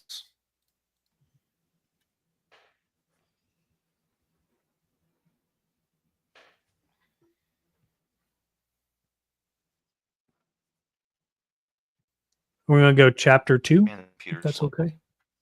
Oh no, you're good. Yeah, it's all good. We're getting there. We're gonna get there eventually. All right, first. What is this? Oh, okay, First Thessalonians. Which chapter? Chapter 2. Chapter 2. And we could go to 13 and following. Which verse? That'd be all right. 13 and following. Sorry. 13. Okay, 13. For this reason, all right, 13 and following. All right, let's take a look at this. For this reason, we also constantly thank God that when you received the word of God, which you heard from us, you accepted it not as the word of men, but for what it really is, the word of God, which also perform its work in you who believe. For you, brethren, became imitators of the churches of God in Christ Jesus that are in Judea. For you also endured the same sufferings at the hands of your own countrymen, even as they did from the Jews, who both killed the Lord Jesus and the prophets and drove us out. They are not pleasing to God, but hostile to all men, hindering us from speaking to the Gentiles so that they may be saved. With the result that they always fill up the measure of their sins, but wrath has come upon them to the utmost. So, Yep, is it that this is it right there. sentence right here? But the Mm-hmm. okay, so this says nothing. This says nothing about a temple being destroyed. Yeah. This could be a reference That's what I'm to any saying. You're number of reading different what you, things. yeah, you're Yeah. reading what Yeah. you already Also, preconceive into all this stuff. Right. Mm-hmm. This Yeah, you're right. also this could be an interpolation. First Thessalonians may never have been written by Paul. There's all kinds of Yeah. possibilities that suggest that your worldview may not be correct. But you Well, seem to also, just ignore it. if we're gonna entertain that Paul was written in the early, like you're saying, there were several scuffles between the Jews before the destruction of the temple. So he could have been referring to one of those other battles Yeah, how and many just thinking it was the end for them. First century. He could have. You're right, but that's where we now get to the importance of the Old Testament that now Paul is hearkening back to when he says that they're making full their sins always. They're filling up the measure of their sins. It's Old Testament language that would come upon that terminal generation at what time? At the time of the passing away of heaven and earth, the way that the temple system worked. So It looks this like is, here. yeah. Wait, it looks like here Paul is speaking in the past tense as well. So it's something that has already happened. So wouldn't he be writing after the destruction of the temple here? No. So when you look at how linguistically that verse is written, It depends on it which says when it here. works, in Hebrew or Greek. So these, I'm not really hating your truth. I like you because you're honest. But you know, Thanks. if the Greek word works better for your argument, you're gonna point us to the Greek. Or if that doesn't work, you'll go to Hebrew. You're gonna find somewhere to make it work. Well, Well, let me I would ask you only this. ever Yeah. go to. Why is this not past tense to you? Because to me it looks like past tense. So why do you think it's not past tense? Yeah. So it's an aorist indicative active, which means past things with now the finalization in in reach. So he is absolutely talking about the having come is something that was already talked about in the past. That's why I said we go to the Old Testament. But he's using it's eminence language. Like the No, word about. It doesn't say that it was talked about. It says, but wrath has come upon them. So the wrath has already happened. So he's obviously looking into the past to write this. Okay. So an aorist indicative active, at least according to like how the Greek would break out. I mean, I can just double check as well. So let's see what it says in Koine Greek. Right. What does the verb form of an aorist indicative active mean? For example, the has come. I'm gonna give this a couple more minutes, people. Yeah. Give me 1 second. All right, so let's look at yeah. So what was it? First Thessalonians chapter 2 verse 16. 2 verse 16. Yeah. So First Thessalonians chapter 2 verse.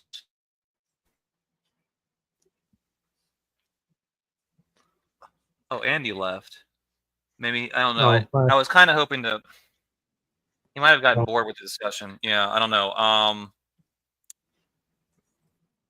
16.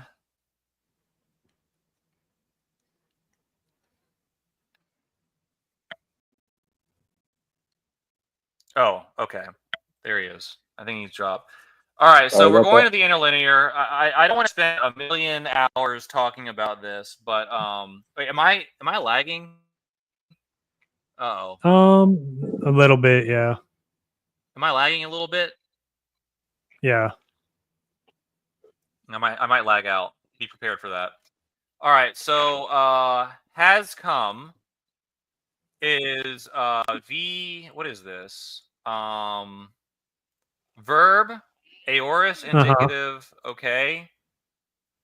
You can get something from the interlinear real fast. Yep. So what let's see, what is this? Let's see if we can find it here. Oh, that didn't help very much. Is V AIA-3S. Aorist, imperfect. I don't know, man. Accusative, active. Okay, so it looks like it's the aorist, imperfect, perfect, indicative, whatever that means. So, anyways, I'm going to give you a minute to prove that this doesn't mean something that happened in the past. So, what's your argument? Okay, yeah. So basically, excuse me, the modifiers that are on there with that word is saying that the wrath is not just like a future threat that was going to happen by those, hindering the gospel, being the ones that were filling up the full measure of their sins. Okay, which again, I could go back to like the Old Testament, showing where Paul is drawing that from, but it's the fact that it's a present reality, right? That wrath had arrived with their present rejection. So that rejection was now the culminating period, and then we've got this this spillover into AD 70. So there's a lot to be said about like imminence in the New Testament. The word mello, it's an imminent. It means something imminently was going to happen. So I mean, if I had to stick to just Paul, because unfortunately, I think you agree Mark was written prior to AD 70 as well, right? Probably, yeah. I mean, yeah. So I mean, I don't know with certainty, but potentially, yeah. Yeah. So I mean, like I'll play. I want to play in the rules of whatever, Like I don't want to I don't want to reach too far out of like, well, no, that was written in the third century or whatever. I want to look at whatever we can all say. Yep, this is the proof. Like wait. I'm not. Hold on. I'm not hearing. When I read this, it says, "But wrath has come." Is there any translation where it doesn't appear as being a past event? Can you think of any translation that translated as "the wrath will come" or "the wrath is coming"? And is there anything like that? Do they all say? But this to me looks like a past. Or which one? Which translation? Well, let's look at like, for example, what the interlinear says, because it says something about the utmost, but that's not what that word telos means. Interlinear says has come. Right, has come now upon them, but right, look at that word for means it has come. When I say something has come, that means it happened already in the past. So everything I'm seeing, as far as I know, unless you would have other information, this is a past event that he's talking about. I'm looking for any evidence that. Let me ask you something. When you're driving and you get to the grocery store, right? And it's like, okay, you have arrived to the grocery store, but you're not in the grocery store yet, right? So like the destination is there. So that's why I'm saying that word for utmost is also important, because it's the word telos. It's the goal. So the wrath has come upon them to the goal. There's a finishing here that's happening. It's a I mean, this is just eminent language. That's all I'm saying. It's just Paul is saying that there is eminently a wrath coming upon the Jews because they were hindering the gospel from being spread. He's not saying that. According to this text and the Greek language, he's saying the wrath. He's not saying it is coming. He said it has come. And you can't tell me a single translation where it's either is coming or is or will, something about the future or a present event ongoing. This is past tense language, past event language. Could I add something? Yeah, go ahead. Say we grant this to you, Tilo, that he is speaking in the way you're saying, like it's a future thing that's about to happen. Mm-hmm. I mean, there's still the possibility that somebody just wrote this after the destruction of the temple and spoke as if they were, you know what I mean? Like that doesn't prove anything. Okay. Yeah, it doesn't prove anything. Yeah. Right. All right, Yeah. Telos. We had Again, fun. we're just I'm gonna give you a minute or two to say whatever you want, and then I'm gonna kind of remove you because I think you need to think about a lot of things. You do kind of exist in your own little delusional fairy tale world. I don't say that to hurt your feelings, but you define your own words. You make things up according to what you want them to mean and believe and think or convict yourself of thinking. You define truth in a way that makes no sense whatsoever. So it's really not when you think that when you have that kind of mindset, it's impossible to have a fruitful conversation. So, but I'm going to give you. I wanted to give you a chance. So take a minute to say whatever you'd like to make your case for whatever it is you want to prove, and then I'm going to kind of see if people want to move elsewhere. So go ahead. Yeah, no, absolutely, Ace. Thank you. Have you thought yet about why there's still people dying and babies being born in the new heavens and new earth in Isaiah 65?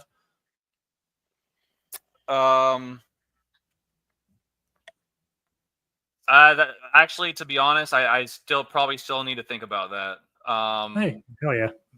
Yeah, I'm gonna be honest. That's not a bad question. Maybe next time I will have something for you. Yeah, you caught me on that one, so I'll give you that. It's all good. All right, guys. Well, God bless. Thank you so much. Appreciate you. Wait, give me that verse again. I'll think. I'm gonna try and think about this time. Yeah, you're good. Isaiah 65, verse 17 through 25. Isaiah 65, 17 to 25. Okay, I'm gonna think on that. All right. Bye, preterist. All right. All right. That was fun. Yeah, it's fun. But here's the thing: when people, this is what some people say. You don't choose your beliefs, but to a certain extent, you do. Like he does. Like he defines things in such a way that he can never be wrong. His definition of truth is what he wants it to be, and he filters everything. So it's not like there's an external reality outside of his mind that he has to align his beliefs with. There are people who do that, and I don't think it's. I guess a lot of maybe it's just religion, but I think a lot of people do that. And how can you reach someone like that who has done something like that? Is just what I'm kind of thinking myself. But I don't know. I personally think that telos is atheism waiting to happen. That dude is a recipe for deconstruction. Yeah, I mean, eventually he's going to have to confront reality. Either he's going to continue, and I don't want to talk about him specifically just because, but like, let's say people like that, they either maintain their delusion, their illusion, however you want to look at it, or they enter into a really difficult time in their lives where they're like, wow, everything I believe was a complete lie, based on complete false presuppositions and restructuring of language, creating impenetrable fortresses in my own mind where I can't be wrong, defining truth not according to what it actually is, but what makes me feel good. I don't know what to do with things like that. So the trouble is that he's starting with a belief and then looking for the truth after that, and that's not how you come. That's not how you find the truth. You find the truth by examining reality and then coming to a conclusion. And he's starting with the conclusion. Mm-hmm. And there's actually a branch of Christian apologetics called presuppositionalism.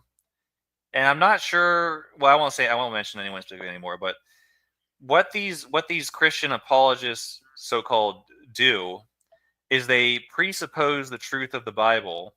The obviously their interpretation of it, and they basically analyze reality and make decisions about reality according to that. And I think it's a really big problem because the Bible didn't always exist, but the universe did. The laws of physics, the laws of nature, and the material of the universe, how it all behaves. That none of that is continued. Hidden Gnosis. I don't know if he meant to leave or not. It looks like he might have lost his connection because it says his device isn't connected. But this is a problem. This is something that people need to think about. And I think everyone does it to some extent, religious or non-religious. I think we have emotional preferences, we have emotional biases, and we try to construct our reality around that as opposed to just looking at the truth objectively.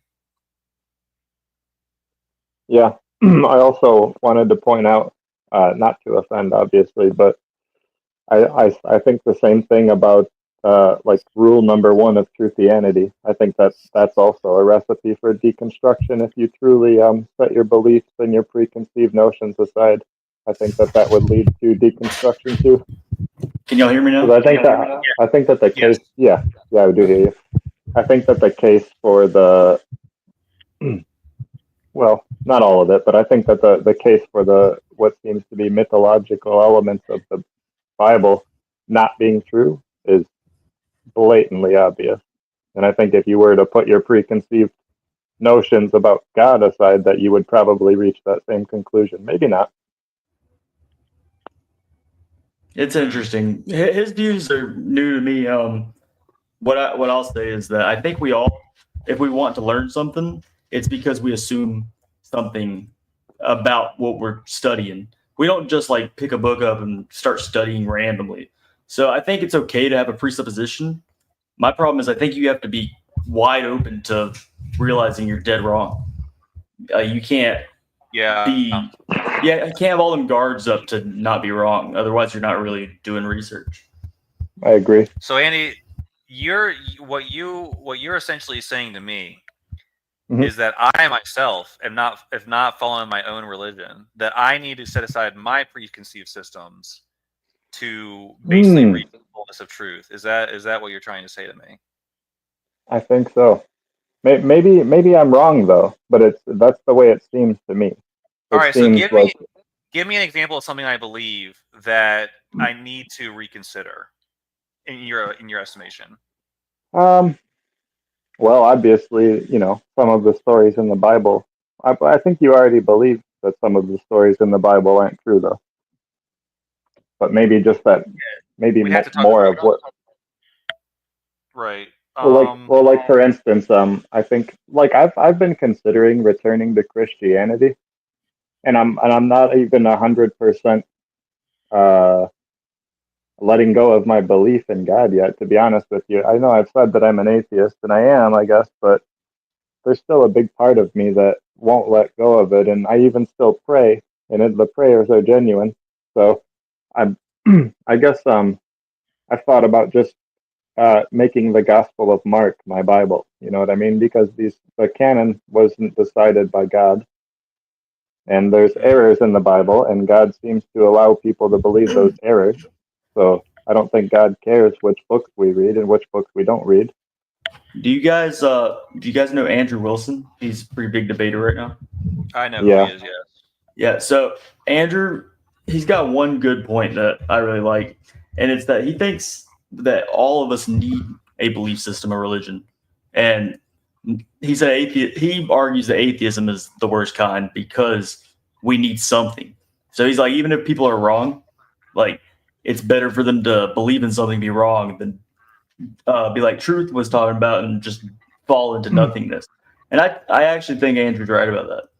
No, yeah, and to add to what Andrew Wilson is saying, that is like salvation is not the reason I want my faith back. I don't give a shit about salvation. I don't even believe in the afterlife. I want my belief, like the belief itself, like the mysticism, the magic. You know what I mean? Like I miss that. Mm-hmm. Maybe the meaning that comes from it, perhaps. I don't know. Like it could. I really don't think that's what it is because like I can still have the mysticism without the belief that it's true. I think I can still feel the magic from it without believing that it's true. I really do think that. I kind of understand you, man. I'm going to disagree with Andrew Wilson. I think we should believe the truth no matter how discouraging or emotionally unsettling it may be. I think that let me put this forward. So what if it was just a fact? It's true that we're in a simulation and all of our actual bodies are being harvested by aliens, like in the Matrix, right? Mhm. And we're doomed to that fate, and we can't. There's no hope of escape because we're stuck here. Do you want the masses knowing that?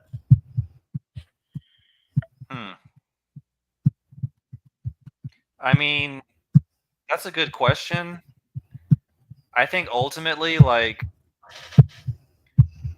it's something that people should know. Yeah, like, I mean, I don't know. Maybe in my opinion, I think that believing falsehood inevitably leads to worse outcomes for people and society and humanity. I think that the universe is designed, if I can use that term, such that if our beliefs are not true, at some point it will lead to suffering or a less. It won't lead to our complete destruction, depending on what it is. Like, it might be something very minor, but ultimately it is always beneficial to believe what is true, even if at the outset it's like it seems like it leads to nihilism or something like that. Like, ultimately we should always believe. I want to say you're right, because we all here probably called ourselves truth seekers before. But I'm not sure we always do that. I'm not sure I always do that. So I don't know if I agree with you or not. It's something it's absolutely something like, is it better to live, ignorance is bliss, live in the illusion, even though it's definitely not true, but it has some sort of social or cultural benefit? These are good questions. In my opinion, ultimately, for me personally, I do want to believe what's true. Like, if someone could absolutely prove to me that God doesn't exist, Jesus never existed, or maybe Jesus existed but he wasn't like a Messiah, that there's no afterlife, no soul. Like, I want to know that. Like, I really do want to know that. I just, based on my analysis, I do think there are good reasons to believe all of those things, and that's why I believe them. But if someone showed me otherwise, I'd like to think I would change my mind. I don't know. It's easier said than done. Yeah, because I have deconstructed fully from Christianity, and now I'm back to like explore, like, just I like to talk about it and stuff, because like when you separate yourself from religion completely, it's kind of a lonely world. Yeah. It really is. It's good, I mean, though. Like, there's more to it than that. You're right, though. It is lonely, and there's a sense of like longing for what you used to have that never really goes away. But at the same time, like, I prefer it. You know what I mean? Even though I know the pain that comes from losing my faith, like, I still prefer knowing that it's what I know now. I wouldn't change it. Mm-hmm. Yeah, I kind of feel the same way too. It's a bunch of interesting questions that I don't know. Even though I'm a Christian, I have a lot of beliefs that don't align with, quote, mainstream Christianity. So I do kind of feel lonely. One of the problems is like if you like, I like Christian girls, but like I don't feel like I don't feel like I could ever be with one, because like the second I'm like, Paul's a false apostle, she's gonna be like, no. it's like. So hang on. You make the thing about what you believe, though, is that you have really good reasons for what you believe, and as an atheist that has no bias in either direction, I agree with most of what you say. You like, I think you're correct, and I think that if you meet a woman and just leave religion out of it at first, maybe, or just for the most part, and sort of get into your non-consensus belief later, I think you could make a good enough case to whatever woman that you meet that she would be convinced. You know what I mean? She would realize that you're right. You might be onto something. That might be one strat to employ. Yeah, I'll tell you what, Ace. I was very surprised getting on here. I thought we were going to get on here and get into some kind of argument. Man, you were talking about how Acts is not part of Luke, how these texts could have been forged. I'm like, I agree with everything you're saying. Don't have anything to argue with this guy.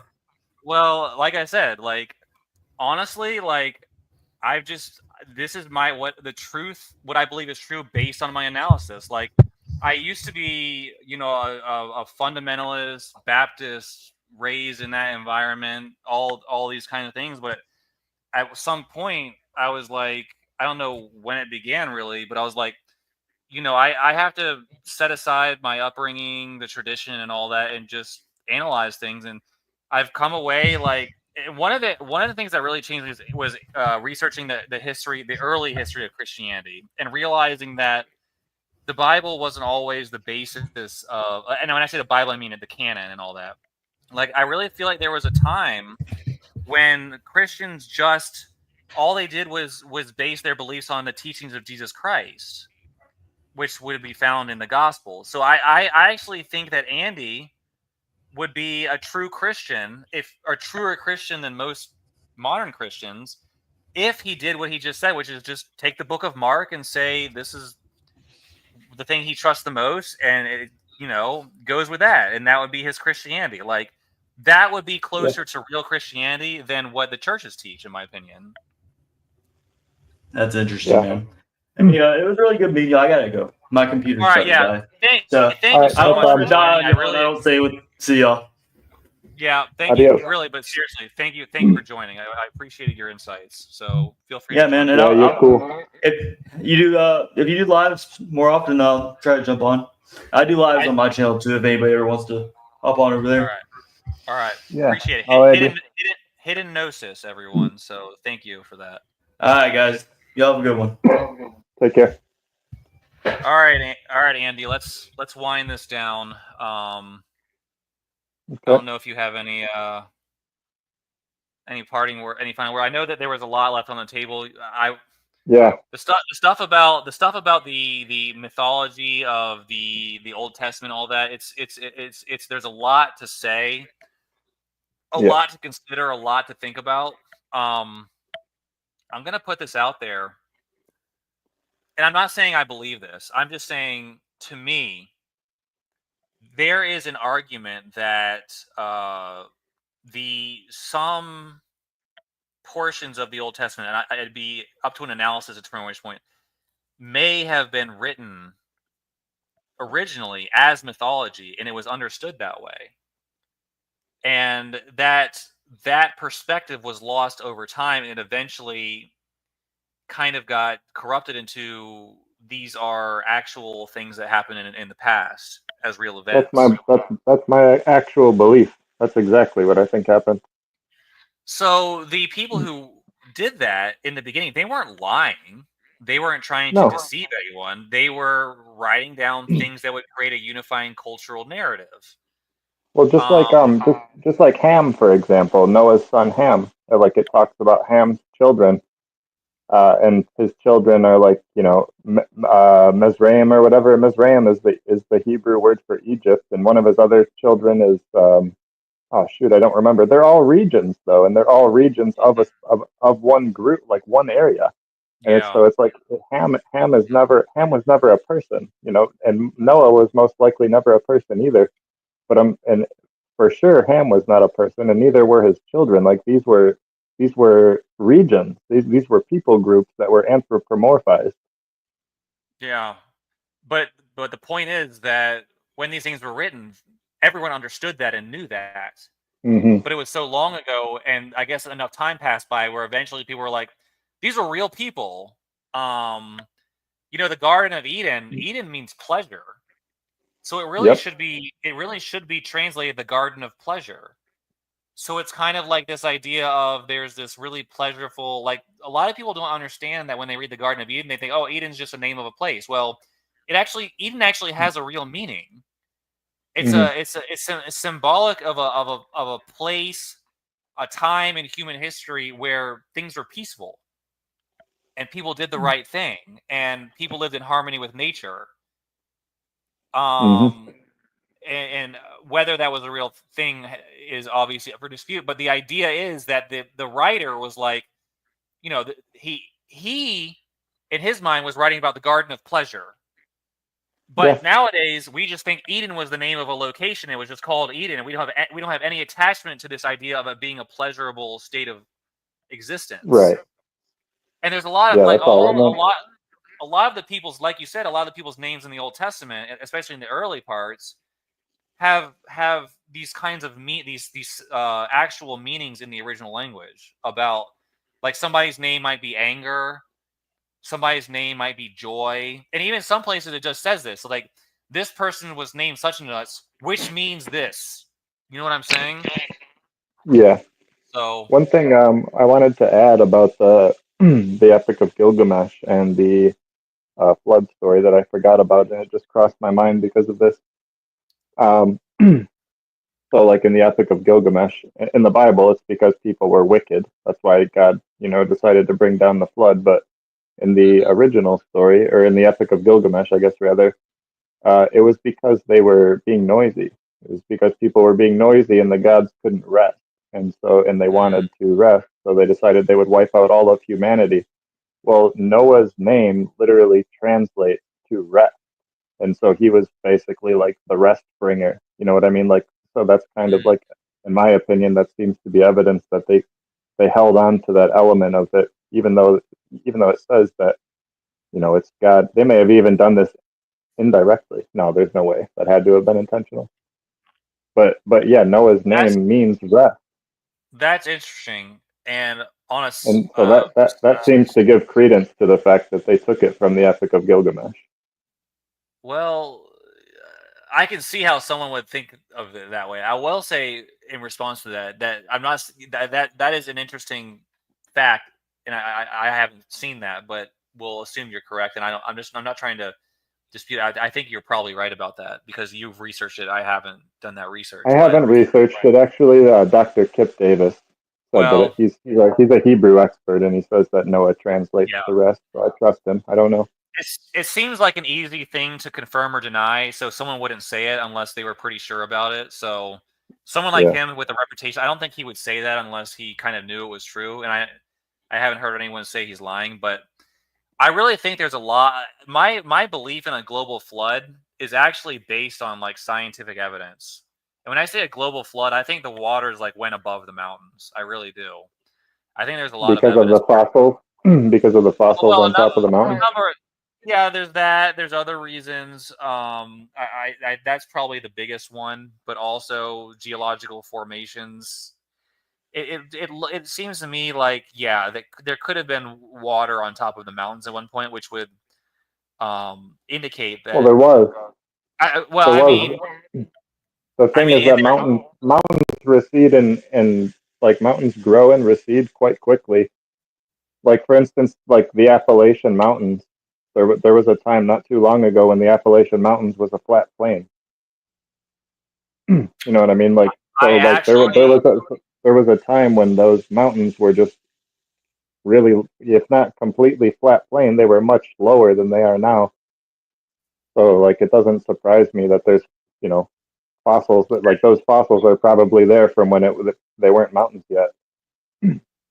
well, If I just let guessing, me I say mean, I this. haven't even seen the evidence. I will say this.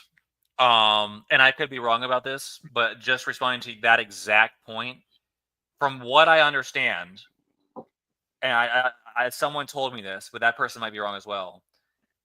Apparently, the Appalachian Mountains are extremely old, and they were supposedly taller than the Rocky Mountains at one point, but were weathered down to their current height. Now, I don't know for a fact that's true, but that would I've heard that. okay. So, but in any case, the idea is there. The principle is there that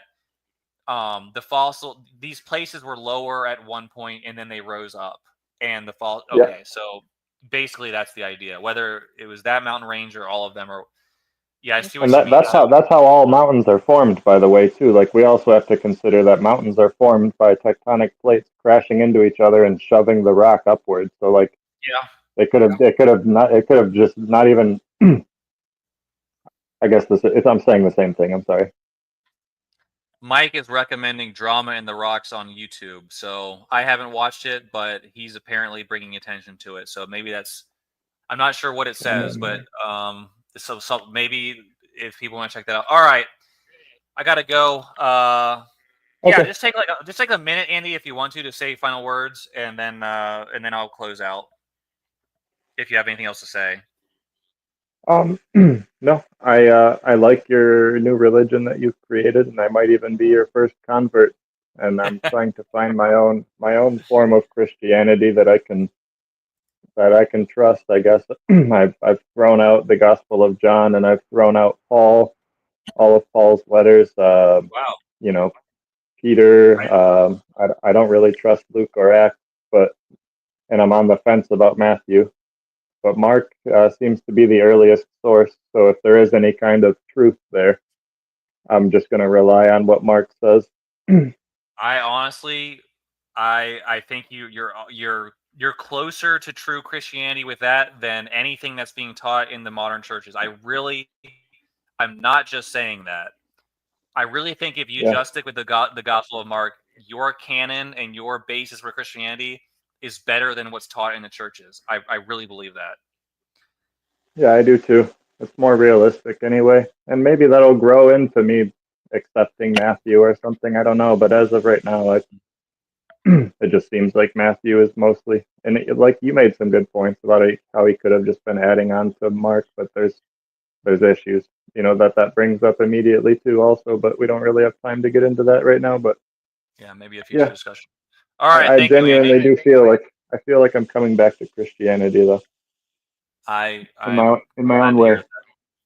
Yeah, and also, be thinking about the God question in general. Like, I know you have, so I'm not gonna. But Yeah. all right, All right, Andy. Until next time. All right. Take care. Yep. All right. Well, that was an interesting conversation. That was a number of interesting conversations. Shem Tov and others translated Hebrew Matthew we've had since Matthew. I don't know. I don't know, Mike. I don't know if there is a Hebrew Matthew. I don't really. I don't know if there's one that's legitimate. I know there's people who claim they found. Excuse me. I know there's people who's claimed to find Hebrew Matthews, but I think in every case, the manuscripts in question are like basically. I don't know if we want to call them forgeries or hoaxes or whatever. They're not reliable manuscripts, unfortunately. I might be wrong about that, but I've heard a couple people say they have a Hebrew Matthew, and when I've looked into it, it's just not there. But again, I don't know everything, so there might be someone out there who does have it. But yeah, this question about truth, Christianity, I would like to see. Excuse me. Having trouble here. I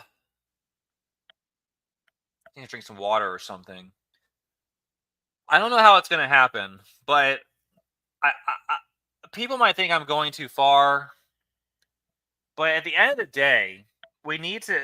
I think that Christianity is the path to salvation for mankind, because I believe that the teachings of Christ are what will save mankind and restore relationship with God. So it starts with the idea of God. Then we get to, well, what is this? Why did this God create us? What does He want us to do, if anything? Okay, I think Jesus provides that message. The problem is, there's what Jesus taught, and then there's Christianity. So we have to get from what's being taught as Christianity to what Christ actually taught. And I don't think you can do that by holding on to the current system, to the current structure. I just don't. Now, some people might disagree with me and say, yes, you can. You can hold on to everything and still just have what Christ taught. But more and more, I'm seeing that based on practical reasons, that's not possible, because a lot of people who are Christians don't actually follow what Jesus taught. They think we're saved by grace. They think we're saved by faith alone, or whatever it is. Or they think that Jesus died to pay the price for their sins. And that's just not the case. We're responsible for our own righteousness. We're responsible for our own judgment. And that's what Jesus taught. Jesus taught that there's a standard of righteousness. We have to live by it. It's not an option if we want to go to heaven with God. We're responsible. Jesus didn't pay for our sins. So all the other churches teach about an atonement that was made. And they do that because of the structure that exists. So all of that needs to be abandoned, but abandoned so that we can get back to the truth. But people won't abandon what they are holding on to unless they are willing to do that, to recognize the importance of doing that, to recognize the necessity of doing that, and putting their own emotions aside. So that's why I say the truth will lead you to Christ. Seeking truth will lead you to Christ. It will lead you to God. But it won't be because it's necessarily you putting your mind in a system and just accepting the system. It's because when you analyze the truth, you find that. So we have to seek the truth. We can use the systems that are in existence, but only as tools. We don't commit ourselves to them. And the truth that we find in them, we utilize that. Because the truth is what it is. All right. You can say I'm attacking the faith. No, you can't really do that. You can only move people closer to the truth. Or let me say this. I believe I'm saying things that will lead people closer to the truth, and that's ultimately what needs to be done, regardless of how it may temporarily impact the modern systems. Okay. Don't develop emotional attachments to any belief or belief system of beliefs. If you develop emotional attachments, you can't move on from errors. Okay, this is why a lot of Christianity, a lot of religion, I talking about Christianity, but religion in general, or a lot of beliefs in general, it's all about an emotional experience. It's about how you felt when the Holy Spirit took over. No, we need objectivity. We need rational analysis. And right here, the bottom, emotions cloud reason. We must simply search for truth objectively wherever it may be found. It may be found in some places in the teachings of Christ. In other places, it might be in a math book. In other places, it might be in a history book or a chemistry book, or who knows, maybe even in the Buddhist literature or wherever it is. We need to find it. Might be in a play in Shakespeare. Yeah, there's truth all over. There's the truth in front of our eyes. There's truth in the universe and nature, the laws of nature. If we come at things with a preconceived system, like the Calvinists do, where everything the system tells them everything's predetermined, they're not going to realize that they have free will to control their destiny. That's not something I got from a text. That's something I got from just observing reality, living my life. I make the choices. The choices come from within my own will, within my own being. There's not an external entity determining my thoughts from eternity past to do this thing or the other thing. No, there's no evidence of that. When I think the thoughts, that's what happens. So I'm responsible for my own choices, my own actions. The Calvinists will read that, the Pharaoh, his heart was hardened. Okay, congratulations. All I can see is when I think something, that's what I choose to do. So I have to base my reality on the idea that my choices are the things that controlling my reality. And obviously, God's not going to determine to someone to do sin. But if to be a Calvinist, you have to believe that. I'm just giving examples. So, anyways, I hope this is just, and even if you don't agree with me, just think about it. Try to think about where you might be able to improve or move closer to truth. If something I'm saying is false, reject it. If something I'm saying is true, accept it. And we'll all move closer together. All right, like and subscribe if you think this was, something that is beneficial, or you think this channel can help you, or you can gain information, whatever it may be. All right, until next time, everyone. Thank you.